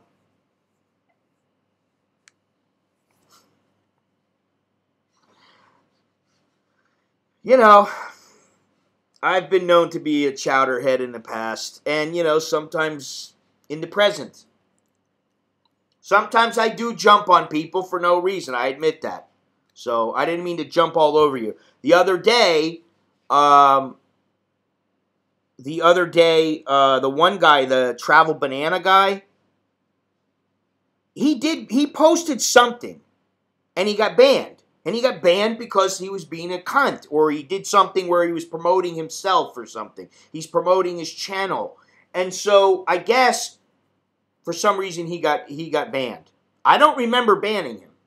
And he just fucking went off. Then he sent me a long fucking letter. And by the way, Stephen Foley, the guy who was the chowderhead, who we've had so many conversations with, and we thought everything, he was okay, and all that. Don't worry about it, all right? Enough. We'll let it go. Okay? I didn't mean to jump on you. I understand you didn't mean anything by it. So, you got my apologies. Let's move on. Stephen Foley was the guy who was the chowderhead, and then he came onto the channel and started talking, and we all, oh, yeah, he's okay. But then the other day he wrote about how, he wrote that what we are all forgetting here, and what men are forgetting here, is that we need to stick to our own race. And considering I'm married to a Thai, to me that's pretty insulting. So, well, thank you. I found that kind of insulting. So I said, you know what? I've had enough of fucking Stephen Foley and his bullshit, so I banned his ass. So, sometimes, no, that's not what he meant. Which is why that's why I banned him. I mean, now, I gotta say, I'd like people's takes on this here. Let me see if I can do this real quick. How to fungulo.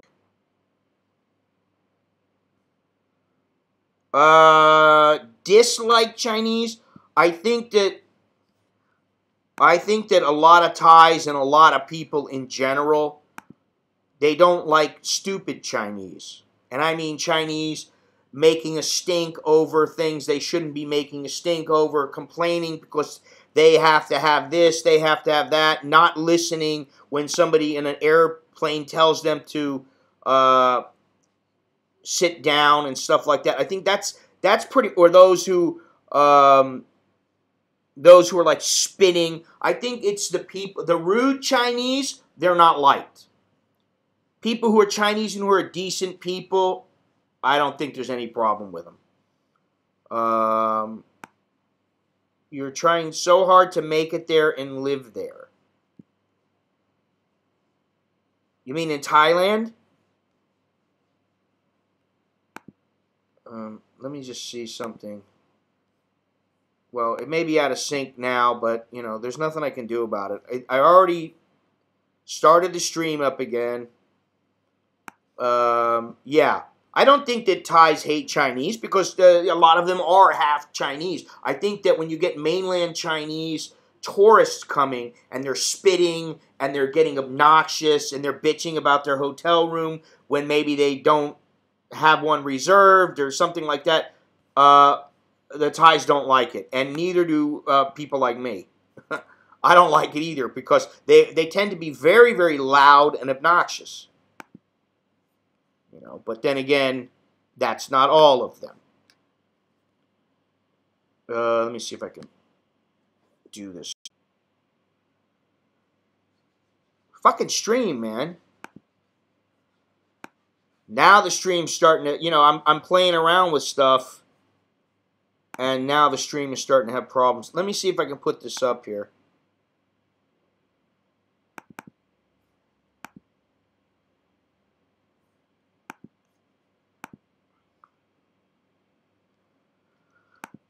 You see,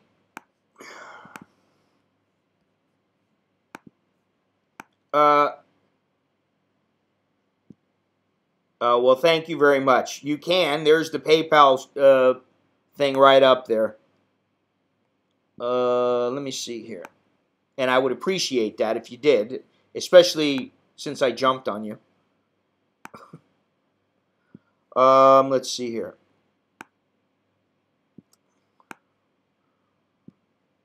It's not, well, there's nothing I can do about that.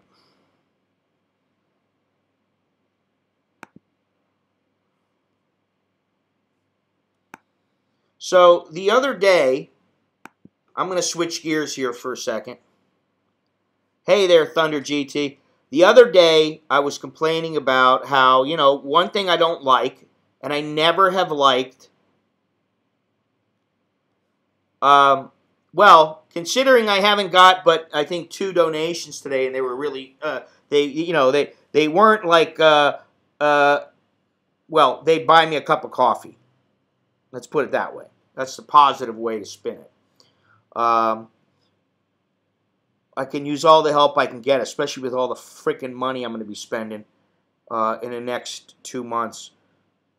Well, thank you very much. So this guy wrote me. Now, he's written me every once in a while. He's written me. And he was talking about how I complain about I don't want to do my Chowderhead videos. What the fuck is that BS? What BS? What are you talking about? Oh, yeah, okay. Because I said the other day, I said, listen, I don't really like doing the Chowderhead. I don't really like... What?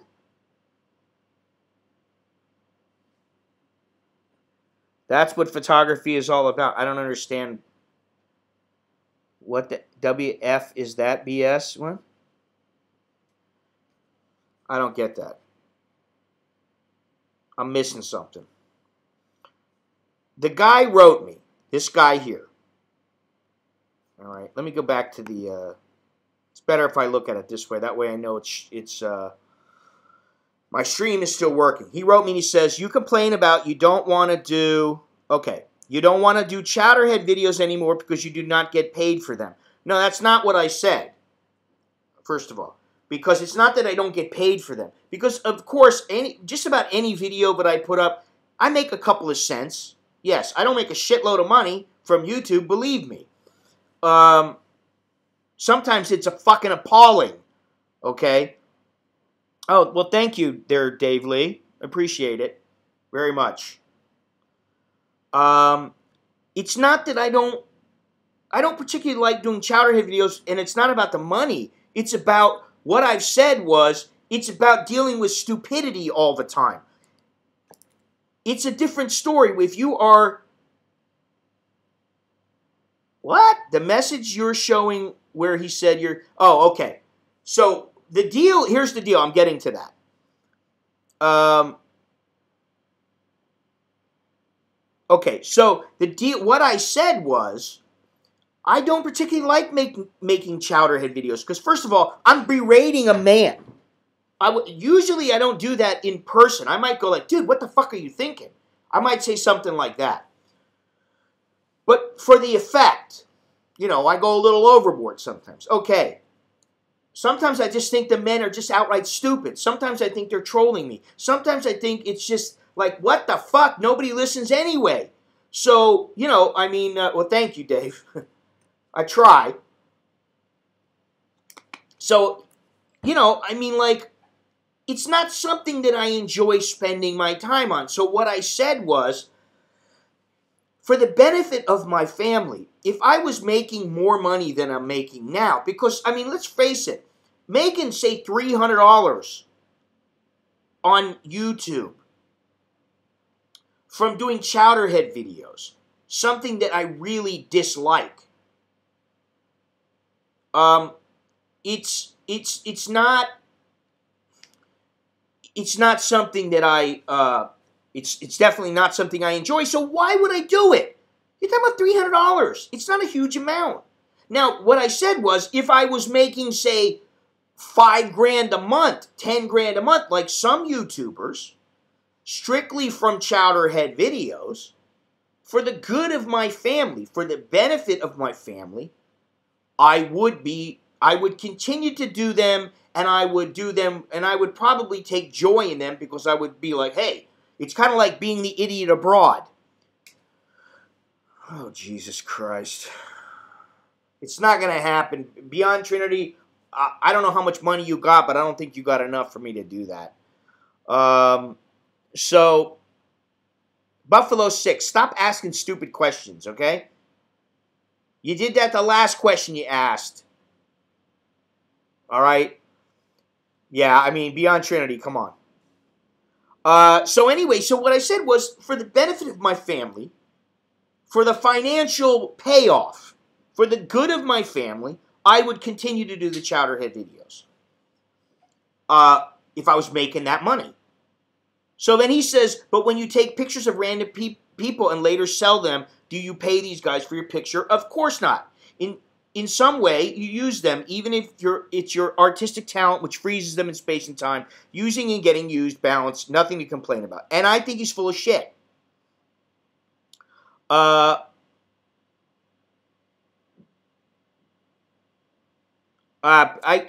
get thumbs downs all the time. It's just not a big deal. So basically he's saying, well, you go out and take photos of people, and so you don't pay them, so it's the same thing. And I wrote him back because, you know, we're talking about something financial here, which affects my ability to pay my bills. And the other thing is that who says that you have to, you know, like aspire to be somebody who just gets by in Thailand? You see, to me, it's like, you don't want to just get by. Who the fuck wants to get by in life? I don't want to just get by. I want to get by and prosper and have a happy life and know that my kids are going to be well taken care of. And fucking Ansel Adams was a fantastic business person. The person that he had taking care of his marketing, he had a fantastic team that helped him. And he was a great photographer, don't get me wrong, but he was also a fantastic business person. So, first of all, I don't need to pay people when I'm taking an editorial photo. That's the law in most places. In some places, it's different, and I don't take their photos in those places. Or if they say to me, don't take my photo, I don't go, fuck you, I'm going to take your photo anyway. I don't do that. Now, if they were being used, if the photos were being used in a magazine like a fashion magazine by Christian Dior or Versace or something like that, then I would need to pay the model. And anytime you take a photo of a person, you need a model release form from that person if you are to sell that in any other manner than a editorial. However, if you're selling it as a print, and that photo was taken out in the public, generally, it's perfectly acceptable to be able to use that photograph. I've had people walk up to me, and it freaked me out, I'll admit. In Lumpini Stadium, I'll never forget, I was standing there, and I was filming a fight, and some chick walks right up to me, like right up to my face, and just starts snapping photos. And I looked at her, and I'm like, what the fuck are you doing, you know? But, you know, she was, whatever, she must have, maybe she liked my face or she didn't like it. Thank you very much there. I didn't see that it was in the super chat there, but thank you there, Dave Lee. Again, thank you. So, yeah, in response to that, I mean, you know, that's the other thing. You know, it's like, you know, a couple days ago, somebody asked me how I met my wife. And it's not that I have anything to hide or give a shit. It's just like, Jesus fucking Christ, how many times do I got to answer these questions? After a while, I get sick of answering the same fucking questions all the time. I met her through a friend. She used to work in a restaurant. I met her through the friend. Then, I went out with her and her girlfriend. And then, I started talking to her all the time. One thing led to another. Out popped two little kids. The stork came. And also, well, how do you make a living? Somebody asked me yesterday, how do I make a living? Not that it's any of their fucking business, but, first of all you got to do is read my about. The description of my about page or whatever on the YouTube or wherever. I mean, I try to make it pretty clear, but, just because I have other revenue streams doesn't mean that everybody has to know everything that I personally am doing. Because, frankly, I know that, I have an idea what some people in this chat do for a living, because maybe I know some of them. But, that doesn't mean that it's all that important to me. And that's the thing about Thailand, is people come over to Thailand, and what they do or what they did is far less important than say, when you're in the United States, and it's like a chick comes up to you in a bar. What do you do? What kind of car do you drive? You know, I mean, now, Thais will say, you know, how much money you make every month, which I think is pretty rude, but that's their culture. That's kind of what they do, you know. So, there are different ways to think about it. But, you know, considering, I mean, I was thinking about it, and I thought that the amount to put my kids into school here, and to feed them, and now that Alex is going to his Marines program, he has to have money to go back and forth. He's got to have money for food when he's there. See, we find it an impolite question to say, how much money do you make? I mean, you know, for some reason, like, not that I'm really a public figure, but like somebody like Brad Pitt, people will go, hey, how much does he make every year? And you can look it up on the internet. And they're still fucking guessing. You don't know exactly how much. Sometimes people don't even know how much they make. What I will say is this. Like, as far as I go, I know we have a basic nut that we need to cover. And one thing that I told my wife, I said, listen, if you ever stop working, her bills are gonna go down because she has to spend money to go back and forth to work. She pays the girl that takes her home. She takes her home probably 4 nights out of 5. So she's got to pay her money, you know, for gas. She pays for a taxi. If the girl can't take her home or whatever, she's got to pay for the taxi.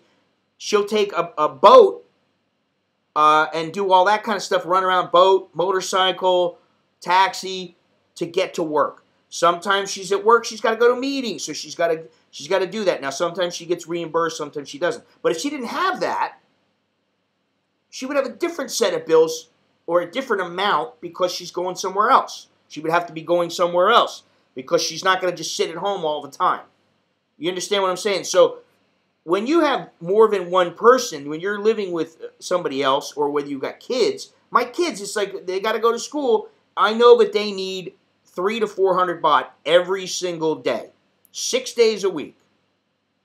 Okay? So that's just another bill. And what I do is I just do like what most people do. Not a lot of Thais do it from what I've gathered. But I have a spreadsheet. I know exactly where everything's going. And I know that for them they need, so that's what? 400 times 6. 2,400 baht a week, 9,600 baht a month. So, you know, divide by 32, that's $300 a month. $300 a month just to go back and forth to school. You know. So that's why I say, and you know, like our food bill, okay, it's $800 a month. So if you're somebody who's like trying to live off of a pension, it's probably not gonna, you know, that's $700 a month. It's not gonna work for you. You know. 30-cent frame on 36.12 for me. I wish I could stay. Early roll call as usual. Oh. Hey, I'm looking forward to you coming over here, John-O, because, you know, I don't always have a lot of people I can talk about photography with. You know, so. So, yeah, I look forward to you coming over. But Beyond Trinity, you always fucking crack me up. Track their upbringing costs and give them the bill when they start their career. No. That's not going to happen.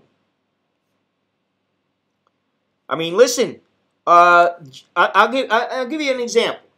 Now, I've been talking about how, oh, I want to get myself a bookcase. I want to get a desk. I want to get this. I want to get that. Yeah. Okay, I want to get it all. There's a lot of things that a lot of people want, but there are other things that that have priority over that. And like one of them, okay, Alex has got his electric guitar. He doesn't have an amp. So basically, he's out of luck right now until he's in the studio. So I found an amp. I found a couple of amps, but I found one that he can use, and it's not extremely loud, which is fantastic for our house. It's called the iRig. And what's it called? The iRig Pro or something like that. I've got it saved. But it's, you know, like with the cable, you're talking about $100. He needs a strap because it's a nice guitar. He doesn't want to drop it. $30. Then you got, what was he? He needs a strap for his, he's needed a strap for his acoustic guitar, but we've never thought about it. He needs a real amp. Now, he doesn't have to have that right away. Okay, you can say Black Star, you can say whatever the hell you want. All right? Bottom line is it's going to cost a couple $100. So, there you have it. You're talking about $300 at least for, you know, a good amp, a decent amp. You're talking about at least $250, $300. The little iRig, which will do for him for the time being. That's a good $100. That's $400. The straps, 30 or 40 each with the shipping. So say $475. That's $475. Nicholas' birthday was just here. You know what I'm saying? So that's why I find it funny to see guys come here and they're a young single guy. And they think that they're going to live for the rest of their life off of, you know, for whatever reason. Maybe they've got enough where they planned it out, or they've got some kind of a pension where they think they're going to live off of $700 or $800 or $1,000 a month. And they're going to have this fucking fantastic life. I mean, you know, like, I wish sometimes that, well, yeah, that's the moral of the story for some people is don't have kids. Because, you know, it does make your life more expensive. But, you know, like, would I trade them in for having more money? No, I wouldn't. You know, of course not.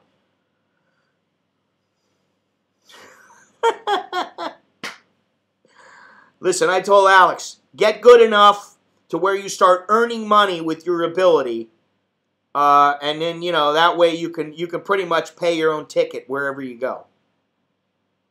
You know, so I do hear him almost every single night.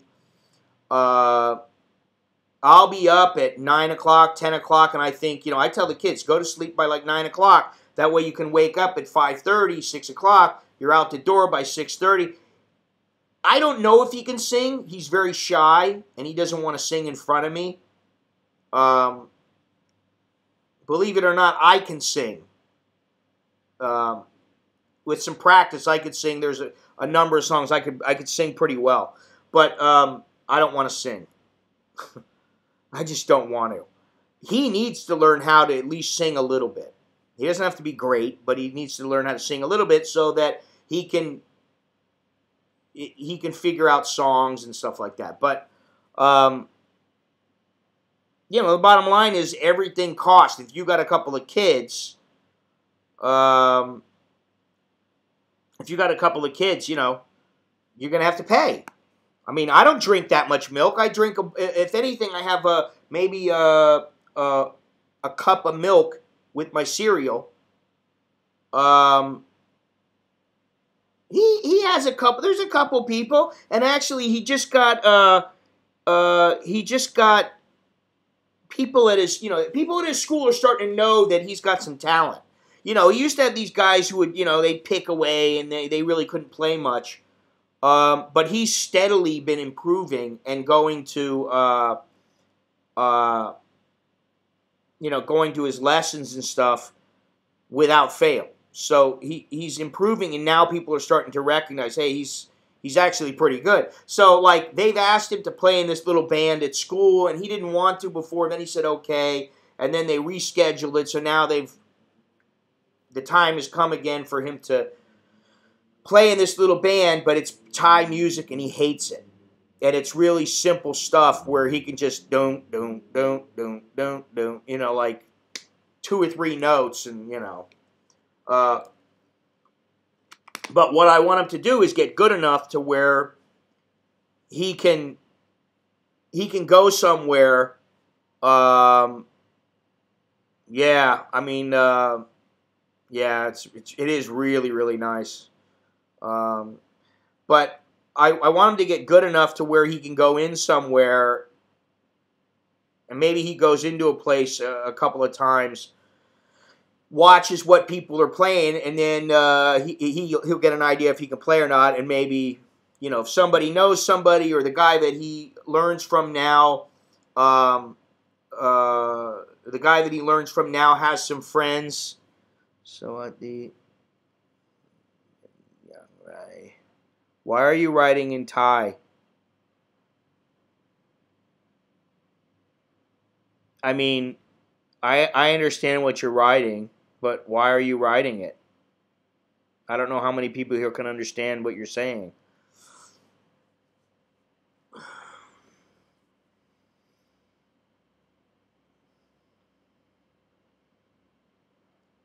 Um, Not to mention that, oh, well, that, then that's another thing. Eh, um, Not really. But what I was going to say is that Yod, he knows a lot of people in the music business here. And what I'm going to do is I'm going to say to Yod, I'm going to say, listen, I'll pay. We all go out someplace where, like, your friends are or whatever. And then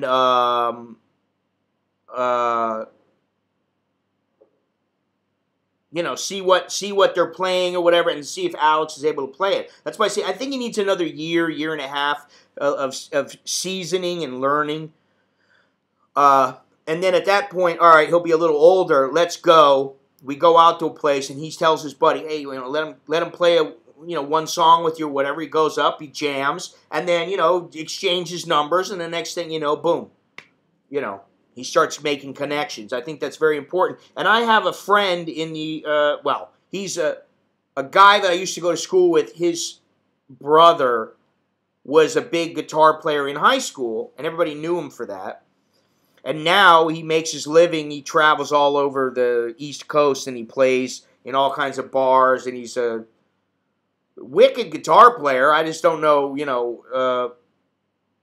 I don't know, exactly what else he's done, but I thought about going to visit him the next time I'm in the States, going to visit and talking to the guy and seeing about, letting Alex play with him. But he needs to improve a little bit more. He's still kind of like, he just told me the other day, I want to get to the point where I can shred. And I'm like, okay. He's your best friend now.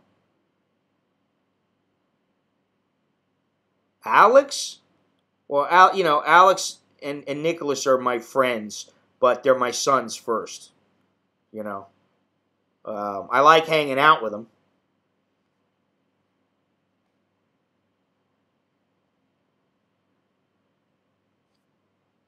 It'll be well, it may happen. It may happen at least on one song.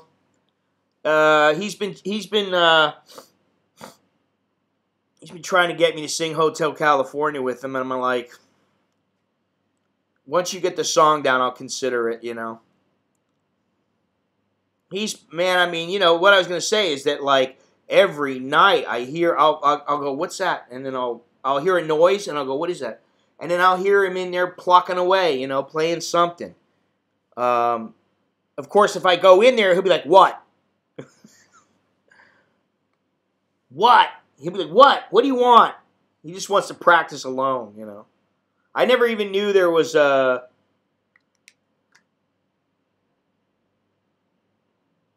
most famous. Yeah, I think that's important too, because like we were looking at who was it? Who the hell was it?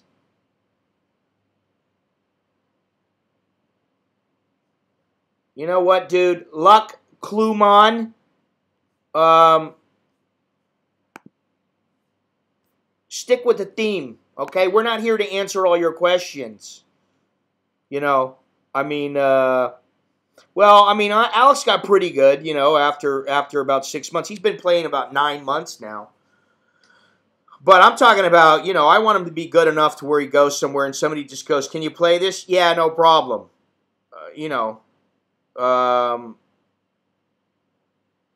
Yeah, I kind of think he's gimme. Because you know what? I haven't seen your donation yet that you claimed you were going to give me. What happened to that? I'm just curious.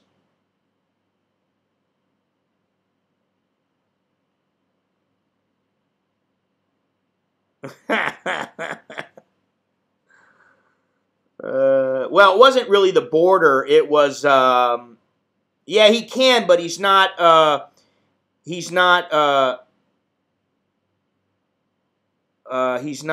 real proficient yet at reading music. But he is learning, and he's going to continue to learn because I basically told him you better do it.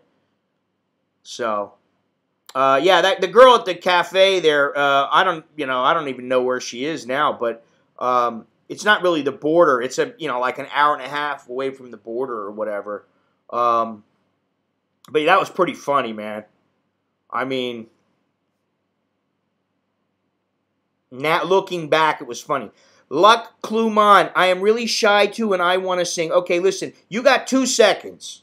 Okay, first of all, you need to change what you're talking about, and second of all, where's the $20 you promised? Oh crap! Yeah. Oh, I'd be a little more apt to like listen to you. I didn't see. Did Archie Luxury have a movie? I didn't watch it. No. If he did, I'll watch it. I mean, I don't watch a whole lot of stuff by other people, like I've said before. But I got no beef with him. I got no beef with really anybody. I mean, because oh, that's a little more related to the Chowderhead thing. Yeah, I know. It's got to be Gimme. I believe that Luck Kluman 09 M3 is Gimme Your Money. If I don't get, yeah, you want to do the Bitcoin? Do the Bitcoin. Send me the Bitcoin. And if I don't get it in 5 minutes, I'm going to ban you. Because I'm not going to believe you anymore. This is a close-knit group of people who talk to each other on a regular basis, and we have reason to believe that you may be somebody who's been banned before and who has been a bit of a prick, especially to Beyond Trinity. Okay, you can be sorry. That's like I said, you got 5 minutes. That's the bottom line, buddy.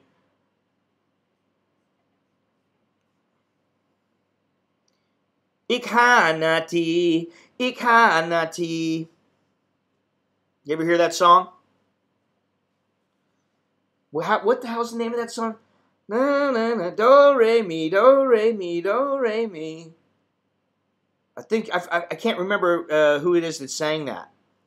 Yeah, I know. I don't believe he's gonna cough over any money.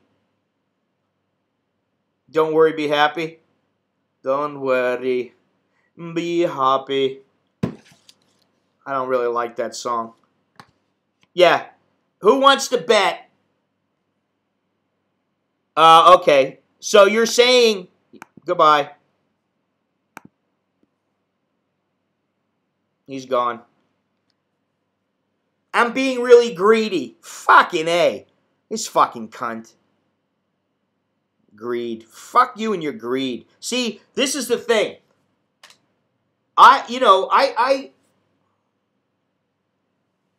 This is the other thing. Here's one thing.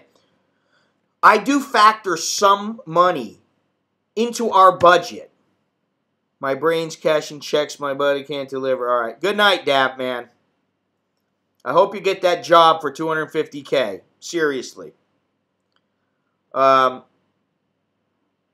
do factor into our budget money for travel, and a little bit of transportation around Thailand, around Bangkok, and to go somewhere like every 3 or 4 months. I do factor in a little bit, but it's not smart for me to try to travel and try to, well, I could go travel and just go have a good time and not have to worry about carrying a camera around with a video camera and editing and spending hours and hours. Let me tell you something. What I was going to say is I'm shooting in 4K, and I shot 4K yesterday, and I'm trying to download some of my 4K videos, but the files are so big that it takes forever to transfer them. It takes a long time. So, I mean, you know, now it's like, okay, if I got 50 files and they're, you know, they're big files, I'm going to have to sit for a couple of hours and wait for those to transfer over, make sure I've got all the files and everything like that. Then they're going to take up a lot more space. All that shit, space, costs money. You know what I mean? But yeah, like Beyond Trinity says, it's called life's expenses. I got life's expenses, but then I got expenses that I need. If I want to try to make more money, I need to shell out money. That's part of it. You know, but I know there are people out there that are signed up in Patreon and, you know, in my Patreon and other people's Patreon and stuff like that. And that's great. I appreciate that, because to me, what I've told, there's several people here that have done some things who have contributed, and even the small contributions. I'm not talking about, you know, massive contributions, but I'm just saying that what it does sometimes is it makes me think to myself, hey, listen, you know, I don't have to come on here and answer questions and do all that kind of shit. I don't have to. I do it sometimes because I want to and I kind of like doing it, but after a while, it's like, you know, when you get people like that, this fucking Gimme or whatever the fuck his name was, Luck Kluman, yeah, he's going to donate $20. He fucking told me that. I didn't ask him for it. No, I didn't hear Stairway to Heaven by heart. Wow. Actually, that's another song that Alex is working on. But like, I don't feel guilty at all about trying to make money from fucking videos and you know, live streams and information. I don't feel guilty in the least, and nor should I. And so when people like Gimme come on and they fucking jerk me around, then I just go like, what the fuck? What a waste. But then when I get, you know, people that actually, you know, go, here's for a cup of coffee, or here's for Nicholas, or what, here's for your chair, or something like that, it makes me think that, hey, you know what I'm doing is worthwhile. You know, people appreciate it. And that's why I never really try to look at the thumbs up or thumbs down, because sometimes I know that your reason is for Lori, Beyond Trinity. I know that. Plus, maybe I help massage your brain a little bit.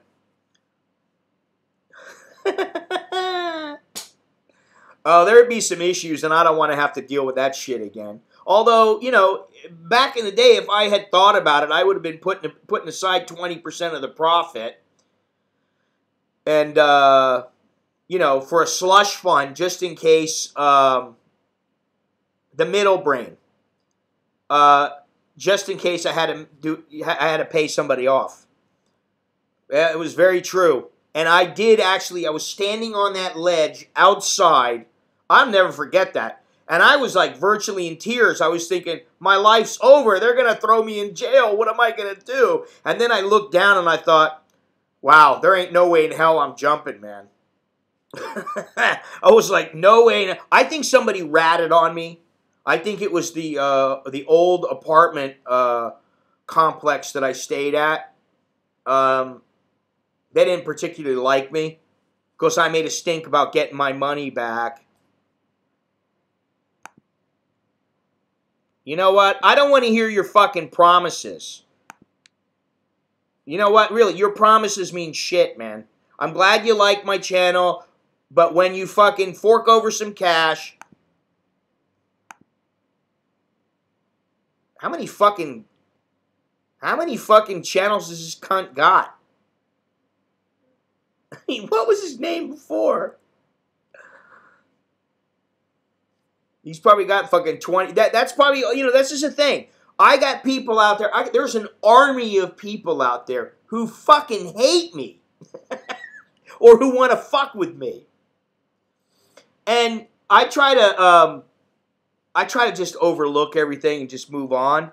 But like, that's why I say, you know, like, when people contribute, I appreciate it, and I go, you know what, it's worth the fucking headaches. And, you know, sometimes the headaches are, you know, like I tried to do a live stream from the waterfall. And I knew that, yeah, no money, no honey, that's right. Not funny. No money, no honey. It's not funny, Sonny. I knew it might be a little difficult to do the live stream from the waterfall, but I thought there was a chance at it because I got the 4G and 3G. I thought, all right, but the signal was so weak, I couldn't. Then the signal would go dead. It would say no signal, and I was like, oh, son of a bitch. But I'm sitting there like fighting with the thing, trying to get it on and start the stream, and I'm sitting on a rock, and my wife's like, come over here. Yeah, fuck off, Gimme. You've had your day, and now I know why you're just a little cunt who goes around from channel to channel fucking with people. And, you know, when you get called on your shit, you got nothing. So you're like a man with no balls. What happens is a woman says, come on, Gimme, I want it. Give it to me, baby. Gimme, gimme, gimme. And you're like, I got nothing to give. I got no nuts. Sorry, honey. That's gimme. All right, let me see if I can do this real quick. Funny. Funny, funny, funny. How much is it? 276.65. Okay, so let's see if this works. Wow, so they charge 10 baht, just like... How do they know contract number or reference number? What fucking contract number? Saka Lut Prow. No, that's... Fuck, see, I don't know what that... Be sure that the specific contract... Yeah.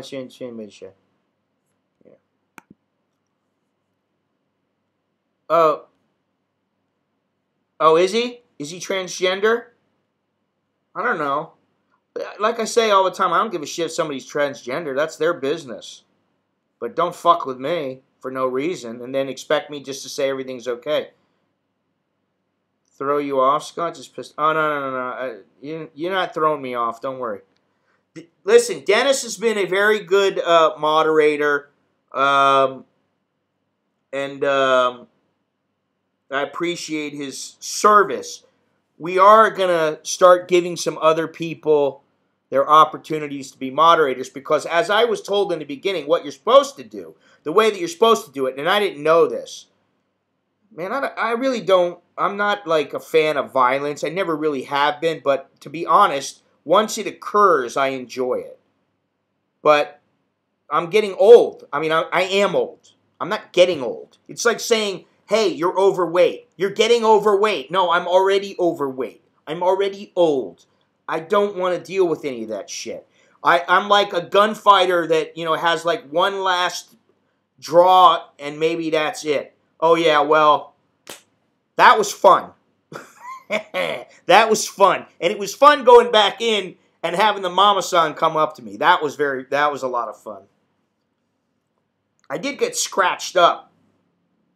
But, yeah, that was great. I mean, you know, like, listen.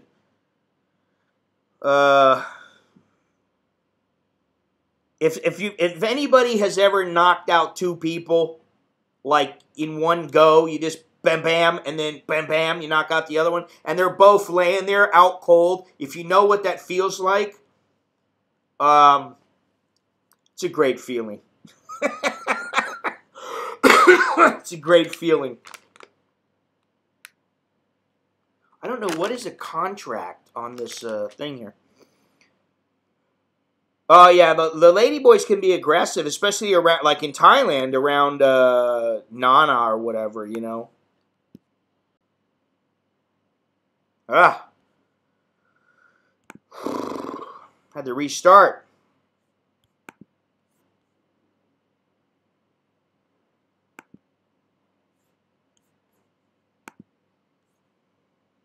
I had to restart this one. What happened? 12 people watching her? I had to start the decoder or whatever, the encoder. I don't know why. I'm trying to find. on the MDA in Bangkok. I'm trying to find the contract number. If anybody knows, contract number, it's not MW, it's MWA. Paying the water bill. God damn it.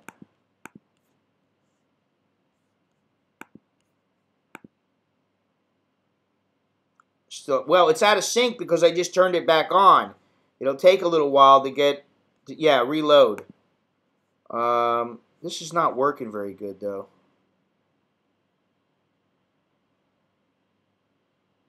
Oh, the contract number is 34510. Oh, I got it. So the contract number is SCB. Let me see. Wow. So I may be able to pay my electric and water bill with Bitcoins. Pretty good. It's not bad, huh? That's another thing. All right, that's a financial thing there. Let's see here. Payments. Okay, you see. Shit, I don't have my water bill in here anymore.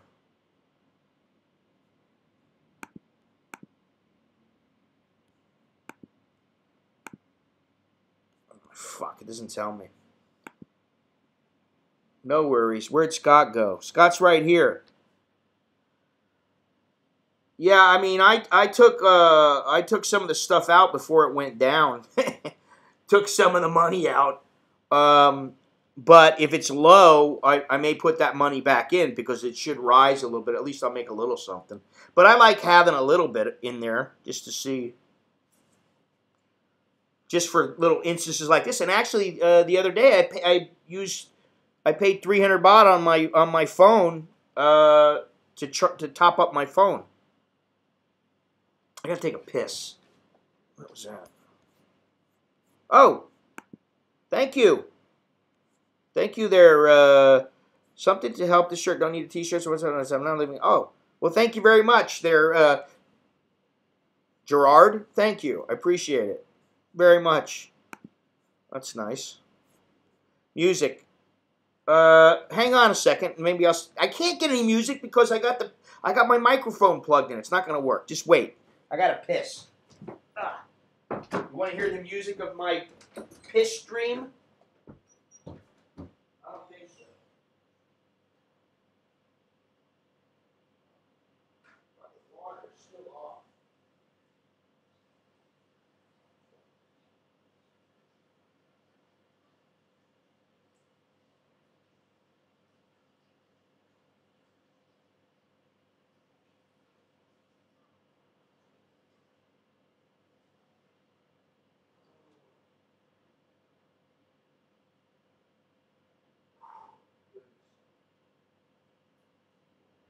Got no water.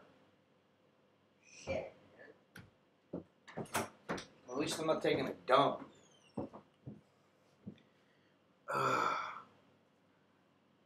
Oh my god. Well, I do it for enjoyment too. You know, I always make sure. But the water is still out, so we have no water here. You know, obviously that's not good. But what was I going to say? Oh, I don't know the contract. What is the contract or reference number for the MWA? Is it MWA?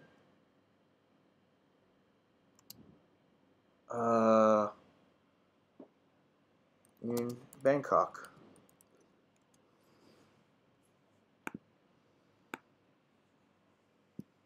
Oh, is that what it is? When I first started, just a couple of weeks ago, whatever, 6 weeks ago, 4 or 5 weeks ago, it was at 5,000. Oh God, no, that's not going to happen.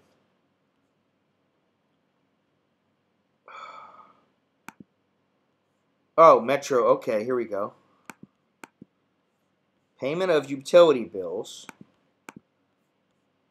Oh boy, I really hope I can do this.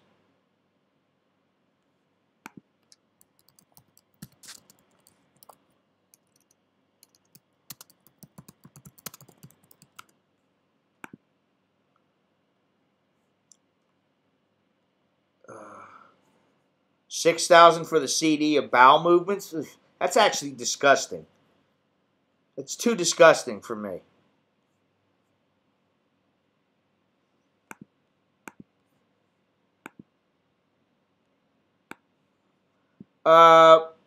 So anything else that anybody has to, damn it, how do you, making a payment on e-service. Oh, you know what? I think I'll have to call them up. That's what I'll do. It's a good idea. So anything else about the finances? Finances, what people think you need. I mean, nobody brought into it, you know, like if you're out partying in the bars, how much do you need? I mean, you know, the sky's the limit on that. Depends on the type of woman you're hanging out with, or women. Depends on the venue. If you're like hanging out at Narcissus and buying a bunch of chicks drinks, and you know, pulling one of those chicks home and they want cash, you're talking about some serious scratch. If you're talking about going to some blowjob bar, or you're, you know, going out to a bar and, you know, you buy one girl a drink and then you pay a bar fine and then you pull her home and, you know, she doesn't want an arm and a leg, then, okay, you can fit it into the budget and it won't hurt as much as, let's say, you do it once or twice a week. But let's say you spend, I mean, I know that if you go out to a bar, like a go-go bar or something like that, you go out with a buddy, it's quite easy to piss away 5,000 baht. Especially if you're taking a chick. I mean, forget about it. You might run your bill up to 10 grand. Or you can do it on the cheap and buy one drink for yourself, one drink for the chick, and go, all right, let's go.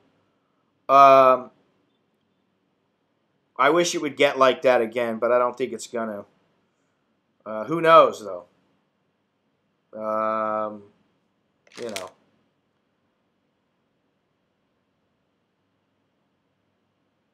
Invoice number. Just bugging me.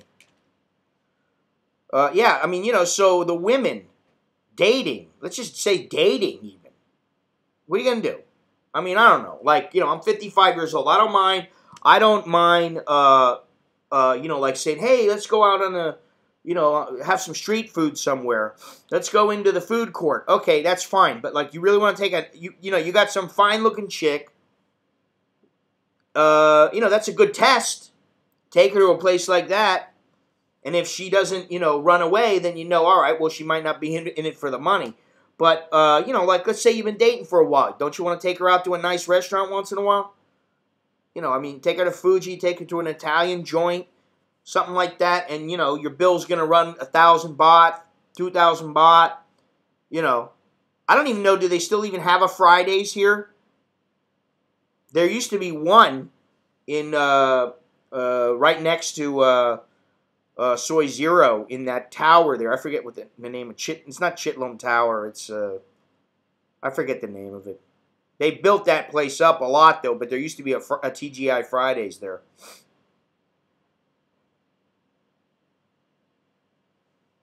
So, you know, that's something else. Then it's like, oh, I need a new TV. What do you want to do? You want to go buy a LRF TV from made in China? You know, get your 42-inch TV that is, you know, 2,800 baht, and it lasts you for like 20 days. I mean, you really want to do that? Yeah, Fuji is a sushi restaurant. It's a chain, and it's pretty good. For the most part, it's pretty good. I mean, I like it, but it's a chain. You know, I mean, like, I don't know. That doesn't mean it can't be good, but it's a chain. So is Minato and, you know, just about every other freaking place. And that's the other thing. Me and my wife were talking about it, and we're like, we don't ever go to restaurants unless they're in the mall. And I'm like, yeah, I know an Italian place. I know a couple of Italian places that, you know, they're standalone places. But we just, most of the time it's like, do we really want to sit in traffic and go there? It's going to take us 30 minutes to get there. It'll take us 5 or 10 minutes to get to the mall. Where do we want to go? That's another thing. I mean, so that's the good thing about Thailand, and I think why so many people want to come to Thailand. It's because they have an option of how they can live, whereas in the United States or Europe, they may not have that choice. Well, yeah, that's another thing. Is there's a lot of stuff here that they charge huge duties on, and what's funny? I sold a print. Well, a print that was going to the UK. All right. Now, that print was only retail was about $125. Okay. But the actual cost of it was probably somewhere around $50, $60. Okay. And they charge the duty for it, and the duty's going to end up being something like $40. But the cost of the print is only like $50. So they're charging almost 100%. It was like 75% of the cost. Now, that's not the retail cost, but still, I mean, so I think, the countries, they got they even here, they do the same thing here. I understand, but, no, I've never been to it. Coconut Farm Restaurant? No, I never heard of it, to be honest. I'm getting hungry now, though, because all I had was a mango for breakfast. And I got a lot of running around to do, and I don't want to be out at 5 o'clock this afternoon. And I really don't feel like... Last night I cooked my kids... Boy, you are just on it, aren't you, Beyond Trinity? You're like a predator.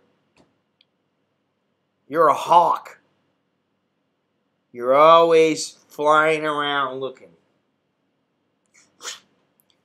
Oh yeah, last night I cooked them spaghetti. Actually, fettuccine.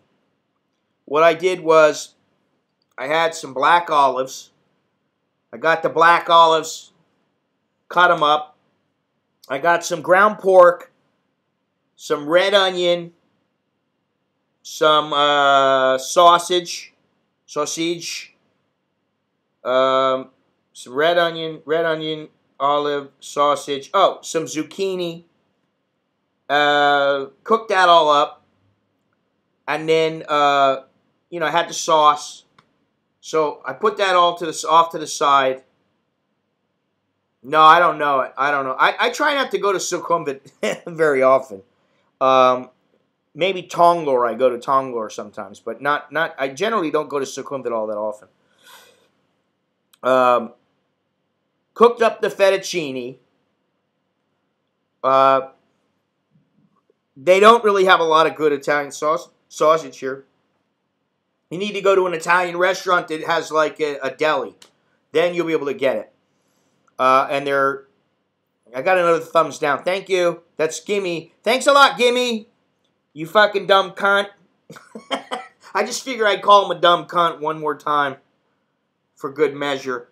And what else? So I had the fettuccine, some garlic bread, and then, heated up the sauce, mixed it all up, and the kids loved it, because they changed the color of this little thing here.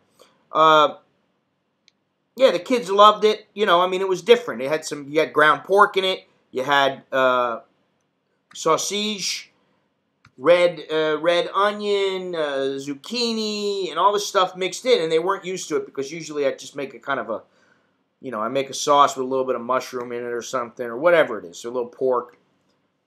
So that's what we had for dinner last night. They love that. But tonight I'm not cooking them a thing. They're either going to go get something from down the street or I'm going to have to bring something home.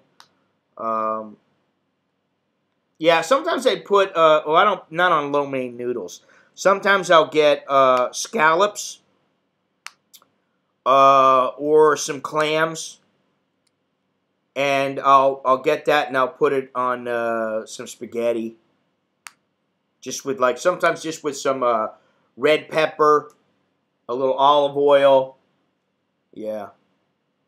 My wife right now. My wife is in Phuket. She's not going to be back for another 2 days.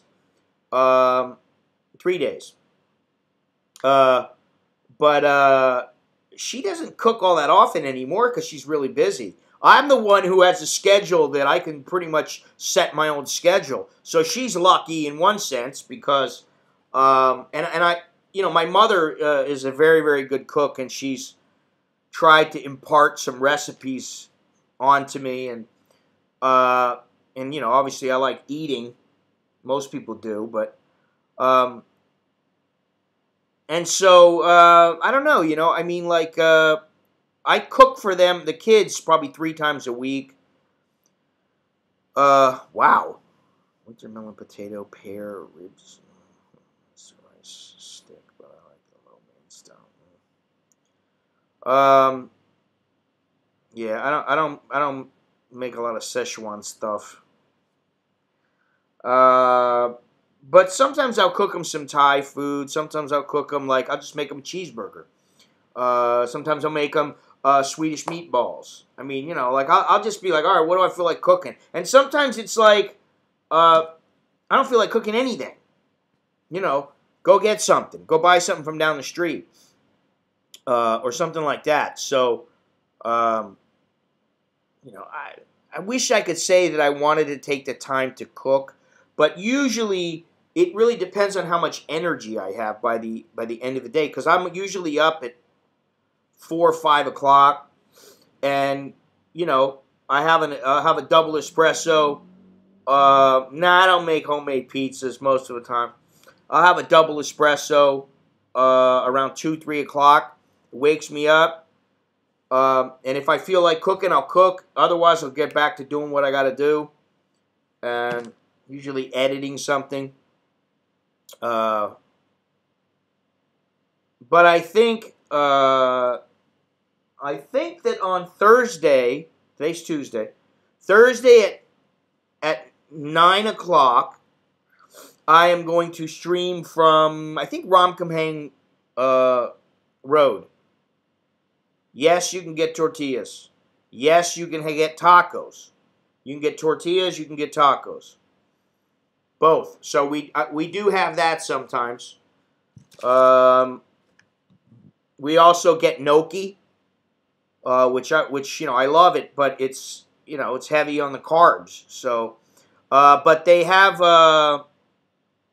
yeah, that's why I use espresso, because it's illegal. I'm surprised that the Beyond Trinity with the space between the words has not come back. And maybe that's because I banned Gimme, and that account was attached to that. I don't know.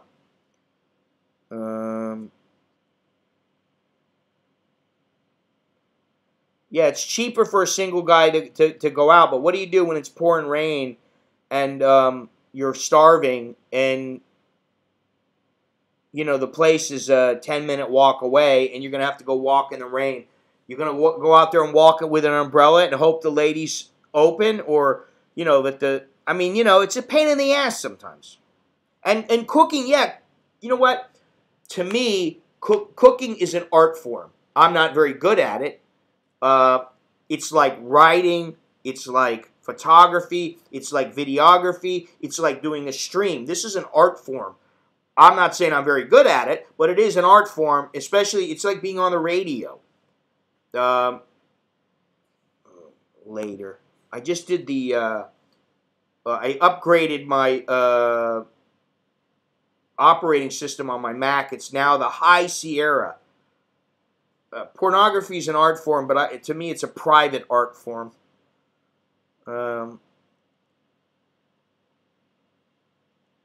Get better the more you do it.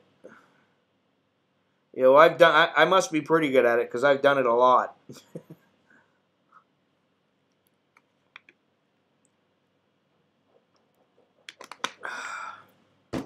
So anyway, yeah, with cooking, it's definitely an art form, and you get tired from cooking after 3 minutes. Damn, you gotta go to the doctor.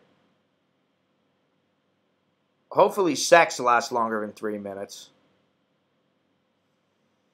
If it doesn't, that's a you bet. I think there are ways around there are ways that you should look into there beyond Trinity. Cooking is certainly an art form, meshing texture, fragrances, and spices. Yeah, my mother always tells me, what is it? The cooking. There's a phrase she uses, and it has to do with the different kind of textures and food profiles, and which foods go together and that kind of thing. You know, man, everything you are saying tonight reminds me of your book. Really? Oh, the taxi conversation. Jesus Christ, that fucking guy. That is a. I mean, you know what? I wish I could make that up, but I didn't make it up. I mean, that was. I'd like to do. What is it called? Gastronomical. What is it where they freeze stuff and they do all kinds of stuff like that to cook? But yeah, this taxi driver, that guy was a trip, man. I started talking about going down on a chick and going down on his wife, and the next thing I know, he's rubbing his crotch. I was like, fucking guy's getting horny? Is that all it takes? No wonder his wife is dissatisfied. You know. Dude thinks that like a 5-second sexual encounter is all it takes to please her. I mean, what do you say to a guy? When a guy starts talking about that. Oh. Yeah, my mother has talked to me about stuff like, cooking ribs and stuff like that, and cooking them for hours and hours and stuff like that. So that by the time they're done, the stuff just falls apart. Things in place, having your ingredients open. Yeah, that's the other thing. Is that sometimes it's all about preparation. It's kind of like science. It's like putting together certain chemicals. That's exactly what it is. And you chop everything up. You get everything cooked in the right particular order, and then you put certain quantities you mix the certain quantities together, and hopefully everything comes out really good. Fortunately for me, my kids tend to like what I cook. I will say that all the macaroni and cheese that I had is all gone, and the rice-a-roni is slowly disappearing. So they do like the rice-a-roni, I'll tell you that. And I even sang them a little rice-a-roni song. The San Francisco Treat. Yeah. So maybe that's what maybe I'll make them some rice-a-roni tonight.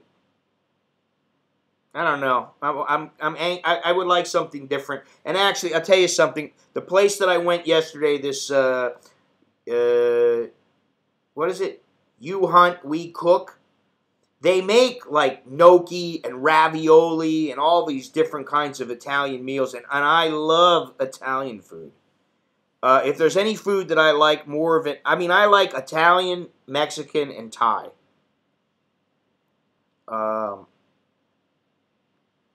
So if there's any food that I like more than Thai food, it would probably be Italian. Manicotti, lasagna. But now we found some stuff in the grocery. It's yeah. Well, That Annie's macaroni and cheese was quite good. Larry, there you are. Uh-oh. Competition in the house. I love it. I love it. I should just let you lovebirds go at it and just kind of sit back and watch.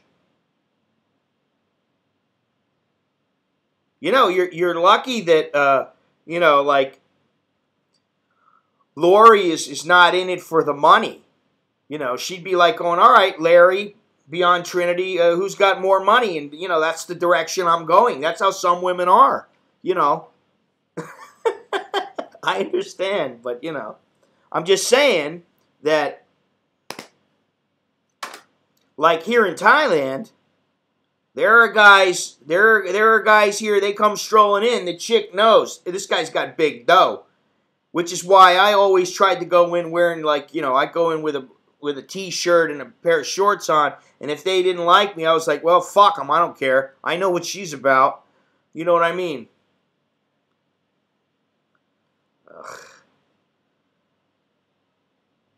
I don't know if that would be so wise. Nothing against you, Larry, but, holy moly. Yeah, you see? I love that. Shut up. Well, we may have a meetup, you know. It's just about when it will be. And honestly, I've been thinking about it, and I'm like, you know what? I don't really want to be away from my wife and kids for as long as I might be away from them.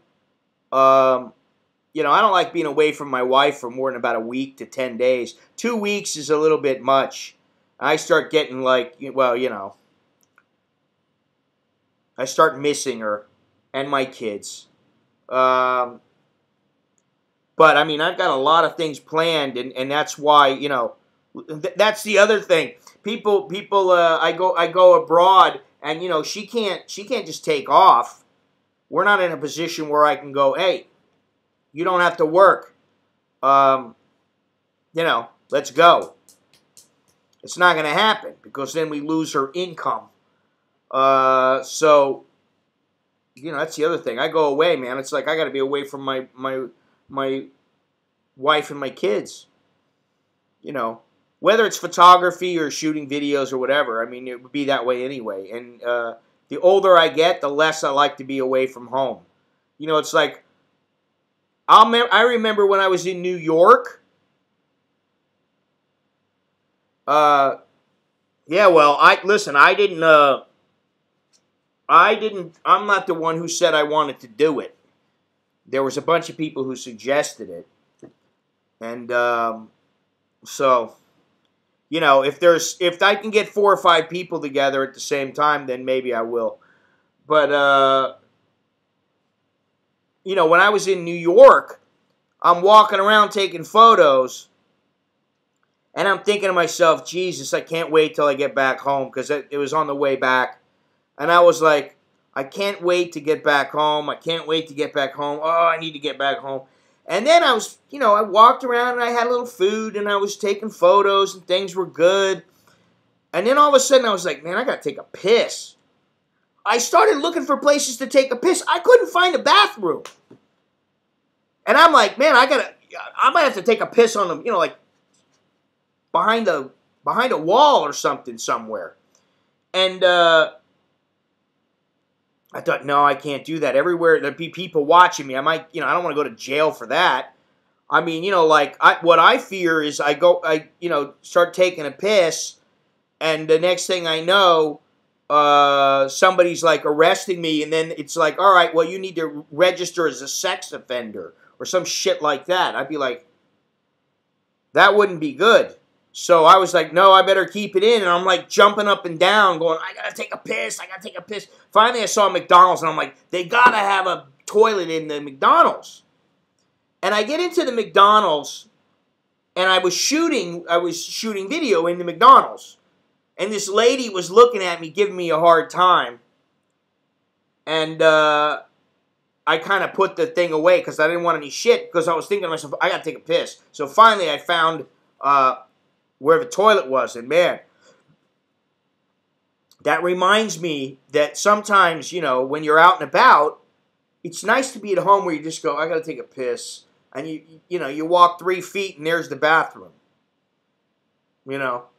Instead of being out and about. I'm in a plane. Oh, I've got to wait until the plane levels out. I got to take a piss. Or I got to take a dump. And you're like, I'm on a plane. I don't want to take a dump on a plane. I don't think I've ever taken a dump on a plane.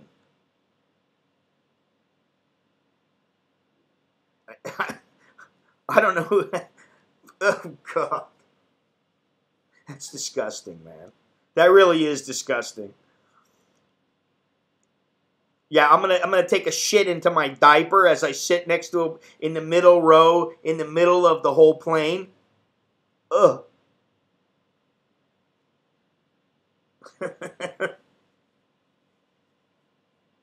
I mean, listen. If I can help, I mean, I've helped. When I had my hip surgery, I did not want to have the nurse come in to help me wipe my ass. So I was in the hospital for like 4 days. I was up and about on the second day. But I really couldn't take a dump. And I did not take a shit the whole time I was in the hospital. I think on the last day, right before I was leaving, I'm like, I need to take a shit. So I took a shit, but I was able to maneuver myself around because of my hip. Even with my hip, I was able to maneuver myself around and make sure I was taken care of. Well, that's the way to get your girl right there. Yeah, pain meds can constipate you if you're taking them, yeah. Especially codeine or stuff like OxyContin, all that kind of stuff. Supposedly that stuff is really bad for your digestive tract. But I've never been somebody who has been, fortunately, I've been very regular and very, I've never been watery. Now you know how my mind works. There's Soy Dog Cowboy. I mean, that's pretty much how my mind works. I've got a couple of ideas for new books. I've just got to decide which one I want to do. Oh yeah, I remember about that. That's just nasty though, man. Pure nastiness. Jeez Louise. I mean, I guess I could see taking a piss, because maybe you could piss off to the side of the Depends, and, just the side of your leg is a little wet or something. I don't know. Maybe it goes through and you don't feel it. But, like, taking a big dump in your diapers? Ugh. I mean, yeah, that book was a little visual at times. Although I do like the part where I talked about the girl with her breasts always falling out of her top.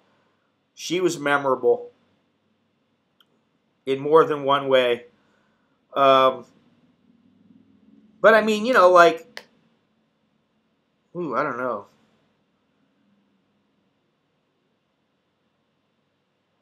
Well, they're part of the budget. That's the thing. Well, that's another thing to consider. Are you the kind of guy or woman who's going to, you're 78, 90 years old, whatever you are, and, part of the budget, you're on a low budget, you got $500 a month, and you've got to come up and, you're going to have to buy your diapers once a week. You got to go to the grocery and buy them diapers. And those things ain't cheap. They're like $15 $15 or so a pack, somewhere around that. I know there's got to be 400 or 500 baht. I'll look the next time that I go. Well, I'm going to be going to the grocery later on today. Do I need a Viagra prescription? No, I don't. Not yet. I hope I don't live that long. I always wondered about that. When you see these like 114-year-old Japanese ladies sitting in a wheelchair, I'm like, does she just like is she like a rabbit? Does she like let out little pellets now because she's so small and so old? It's just like a dried little rabbit pellet? How does that work? Is she able to sit on the crapper herself? And, like, does she push the little buttons on the toilet where they spray her ass clean so she doesn't need anybody assisting her? These are the kind of things that I like to know because I want to prepare myself. Nobody taught me that when you get older, it would suck. I mean, mentally, I feel great. But when it comes to my body, nobody ever taught me that, you know, like I'd be sitting on this fucking chair and my hips would hurt. And that sometimes I'd lay down, I couldn't get comfortable, and I'd be like, my hand hurts, my neck hurts, you know, that kind of thing. Nobody ever prepared me for that. So like I try to tell my kids, hey, when you get older, you better be in the best possible shape you can. I think when I fell, I was in that fire, I don't know how many years ago it's been now, and I fell from the... Thanks. When I fell from the 4th floor, not only did that change my body, but it aged me. Yeah, that was pretty gnarly though.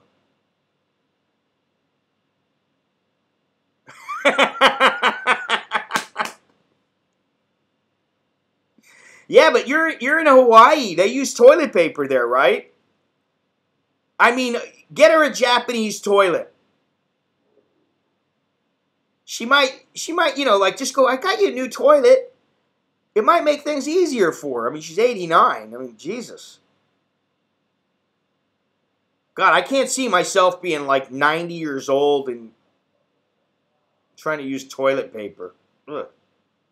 I think the Japanese got it right, man. They sit on that throne there. They push a button. The temperature is, you know, it's 32 Celsius. You know. Yeah, I understand that, James. But, you know, I got to say that a lot of the pain that I had, a lot of that pain, I still had the pain before I was really overweight at all. But the weight, what the weight does is it just increases, like you say, the inflammation and the pain and, you know. So I am trying to eat better, but I mean, you know, it's like, I admit it, you know, it can be a problem. I go to a restaurant. Yesterday I was dying, man. I was like, should I have the sea bass or should I have the ravioli or should I have the fettuccine, you know, that kind of thing. I was like, the fish is healthier. I had the fish, you know. Wow. That's great. Wow. I hope I make it and I'm still that way. Yeah, you know what I've noticed for me is that I'm good for a couple of days. You see, I love pasta. And I love bread. You know. I like food. I mean, you know, bottom line is most food I like if it's halfway decent, you know.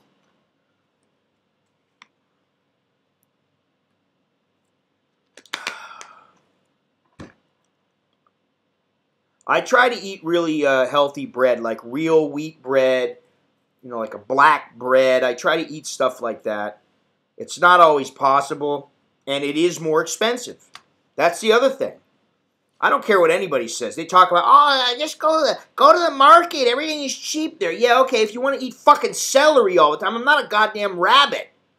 You know, I don't want to eat fucking salad all the time.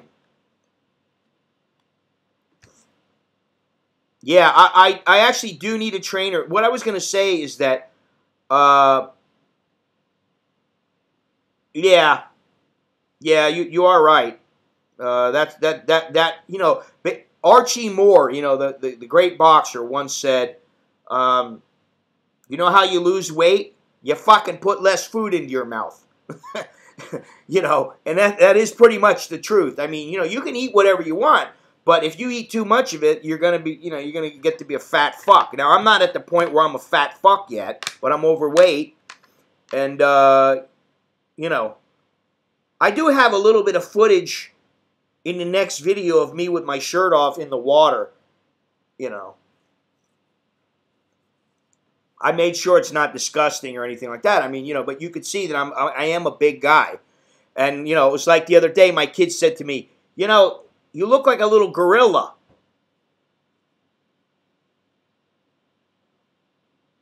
Oh, I'm going to post it. There's nothing wrong with it. I don't look that bad, believe me.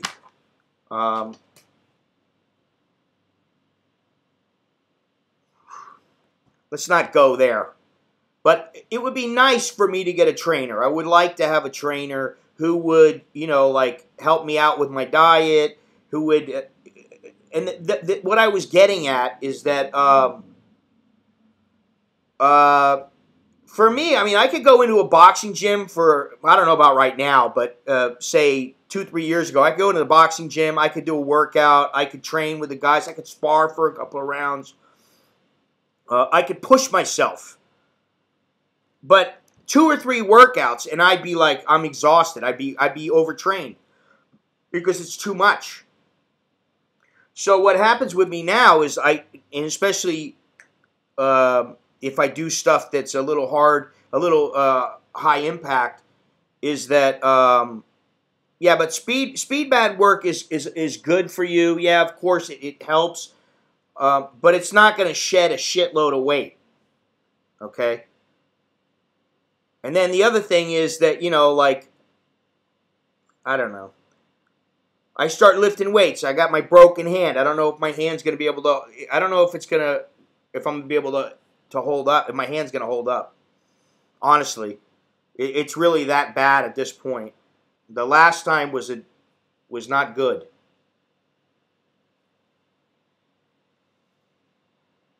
I know what I need is somebody that will help me, you know, to motivate me and say, let's go, let's do it.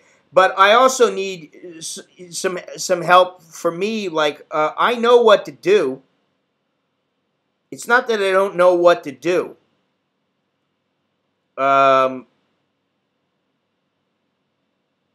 It's I'm fucking lazy.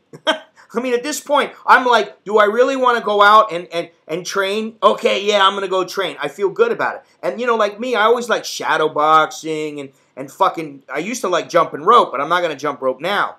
But I'd go out and I'll train for a day or two, and then I feel like shit. I feel like I feel so fucking bad that I don't even feel like getting out of bed. I mean, I feel that in pain, and, you know, and I know I should probably just get up and do it. I try to swim, but, you know, I need to go to the place where there's the pool. I do need to go there and do that. I should do that. I should go to the Huamak Stadium where they have the swimming pool and go there. Yeah, thanks. No, that's not going to happen. I don't like sitting down for long periods of time. I really don't. I fucking hate it. I'd rather stand up.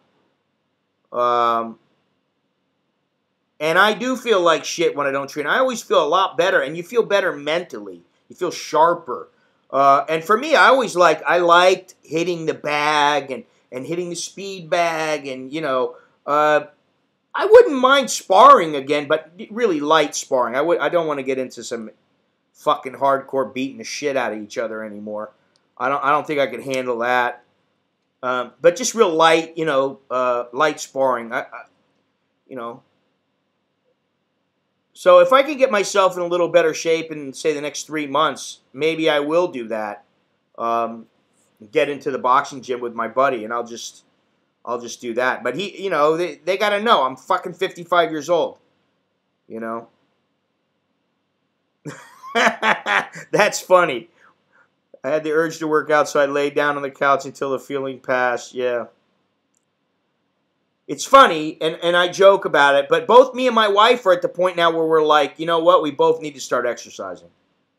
You know, she's always been really, really fit and strong, but she's, you know, she's almost 41 now, so, you know, she needs to.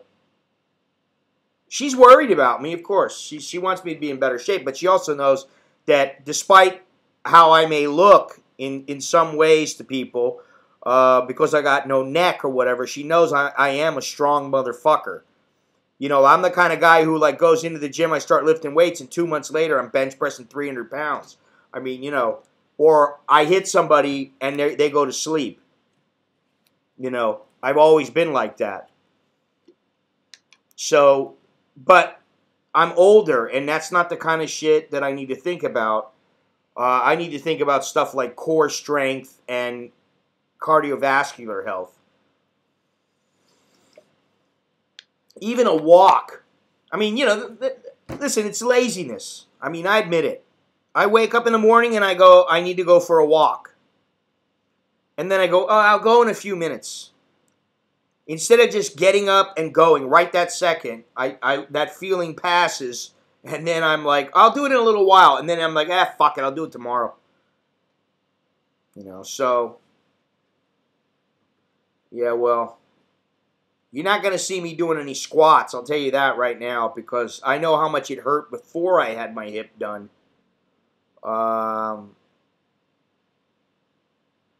You know, yeah, cardio is what it's about for me. You don't see a lot of huge guys living to be like 100 years old. You know what I mean? It's usually the guys who are lean and,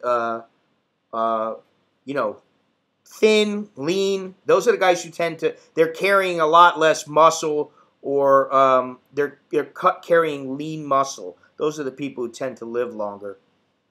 I mean, I have the knowledge. I know what to do. I know how to eat. It's a matter of, do I really want to eat that way? Sometimes I just go, fuck it. No, I don't. I don't want to eat salads and soup and fucking, you know, have to count my calories and think about what I'm eating all the time. Fuck, it gets to be a fucking headache. You know what I mean? And then I have to remember to buy certain foods all the time. And, you know, like my kids eat very healthy, especially Alex. Alex is like, and he's on me a lot. You know, he doesn't let me drink soda. But you know, sometimes a wife will come home and she'll go, "Oh, I got a couple of pizzas, so I'll have a couple pieces of pizza, and then there's soda comes with it." I'll be like, just let me have one glass," and you know, I'll pour a big glass of it. But like, I don't go out and buy soda for myself, and then he gets pissed at me. The right salad, I like. That's something I should probably look into more. Yeah, I know sodas are terrible for you, which is why I don't drink a lot of them. I mean, I can't remember the last time I drank a soda. Maybe it was back in Kokut I had a soda then. No, well, on Saturday night I'll be drinking the tequila. So I'm going to have to make sure my calories are in check on that day. And I have a little bit of food to... yeah, I mean, I don't drink a lot of soda, and I don't want to. In fact, now I try to... That's why you always see me with a water. You almost never see me with anything else in my hand. I almost always drink water. That's a good thing. See, I have a couple of good things going for me. I love cherry tomatoes, and yes, you can get them. That's something, like yesterday when I had the pasta. Now, that pasta was... The meat was fattening, but... I did throw some tomatoes in the sauce so that we had some nice chunks of, yeah, I really don't care how I look, to be completely honest. I really don't give a shit. What I do care about is being healthy. And, I mean, I can look like a power lifter and be a lot leaner than I am now, you know. I'm nowhere near as lean as I used to be. I mean, I think I've shown pictures of how I used to look when I was, like, say, 17, 18, 20 years old. And I was quite a bit smaller. You know. So, anyway. What is this here? Let's see. Make a payment. No, I don't want the provincial.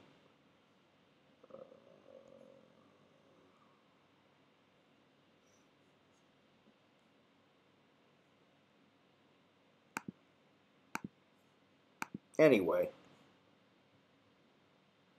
Oh yeah, I was in pretty good shape then with the suit. That was a while ago. That's when I had some hair too. Why don't they put this in English? Jesus.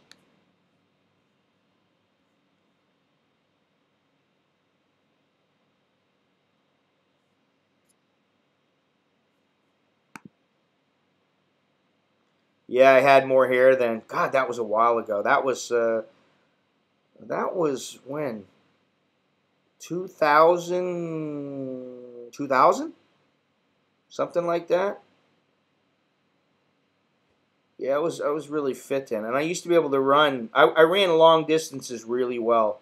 I not like marathons, but like I guess the mid distances. Yeah, see, this is the thing. As nice as it is to say, oh, I used to be able to jump rope for this long, and I used to be able to outdo people in the aerobics gym, and I used to run this fast. I used to run a mile in 4.5. That's all fucking great, but you know what? That's not now. It doesn't make a bit of fucking difference.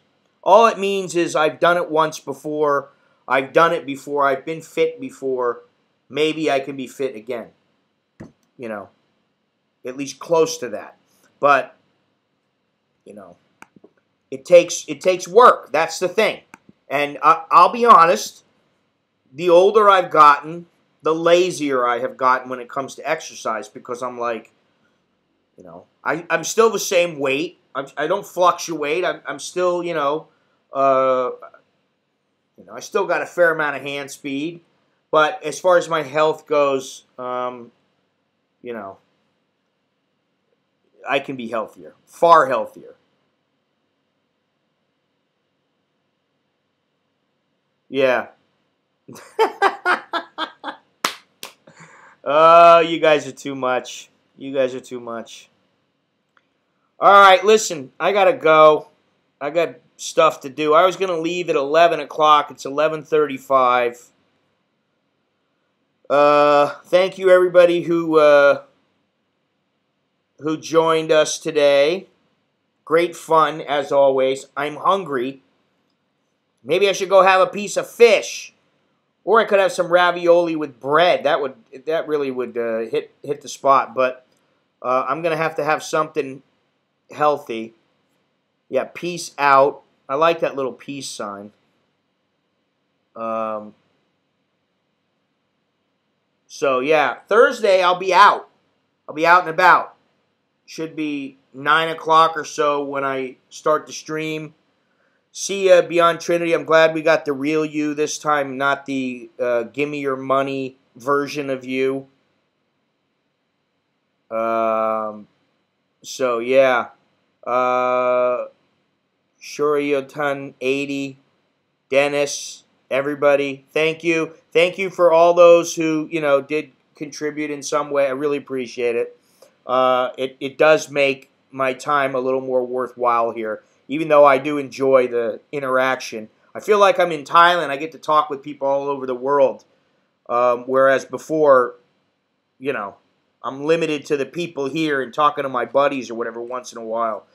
So it is fun, So, Lori, you take care of yourself.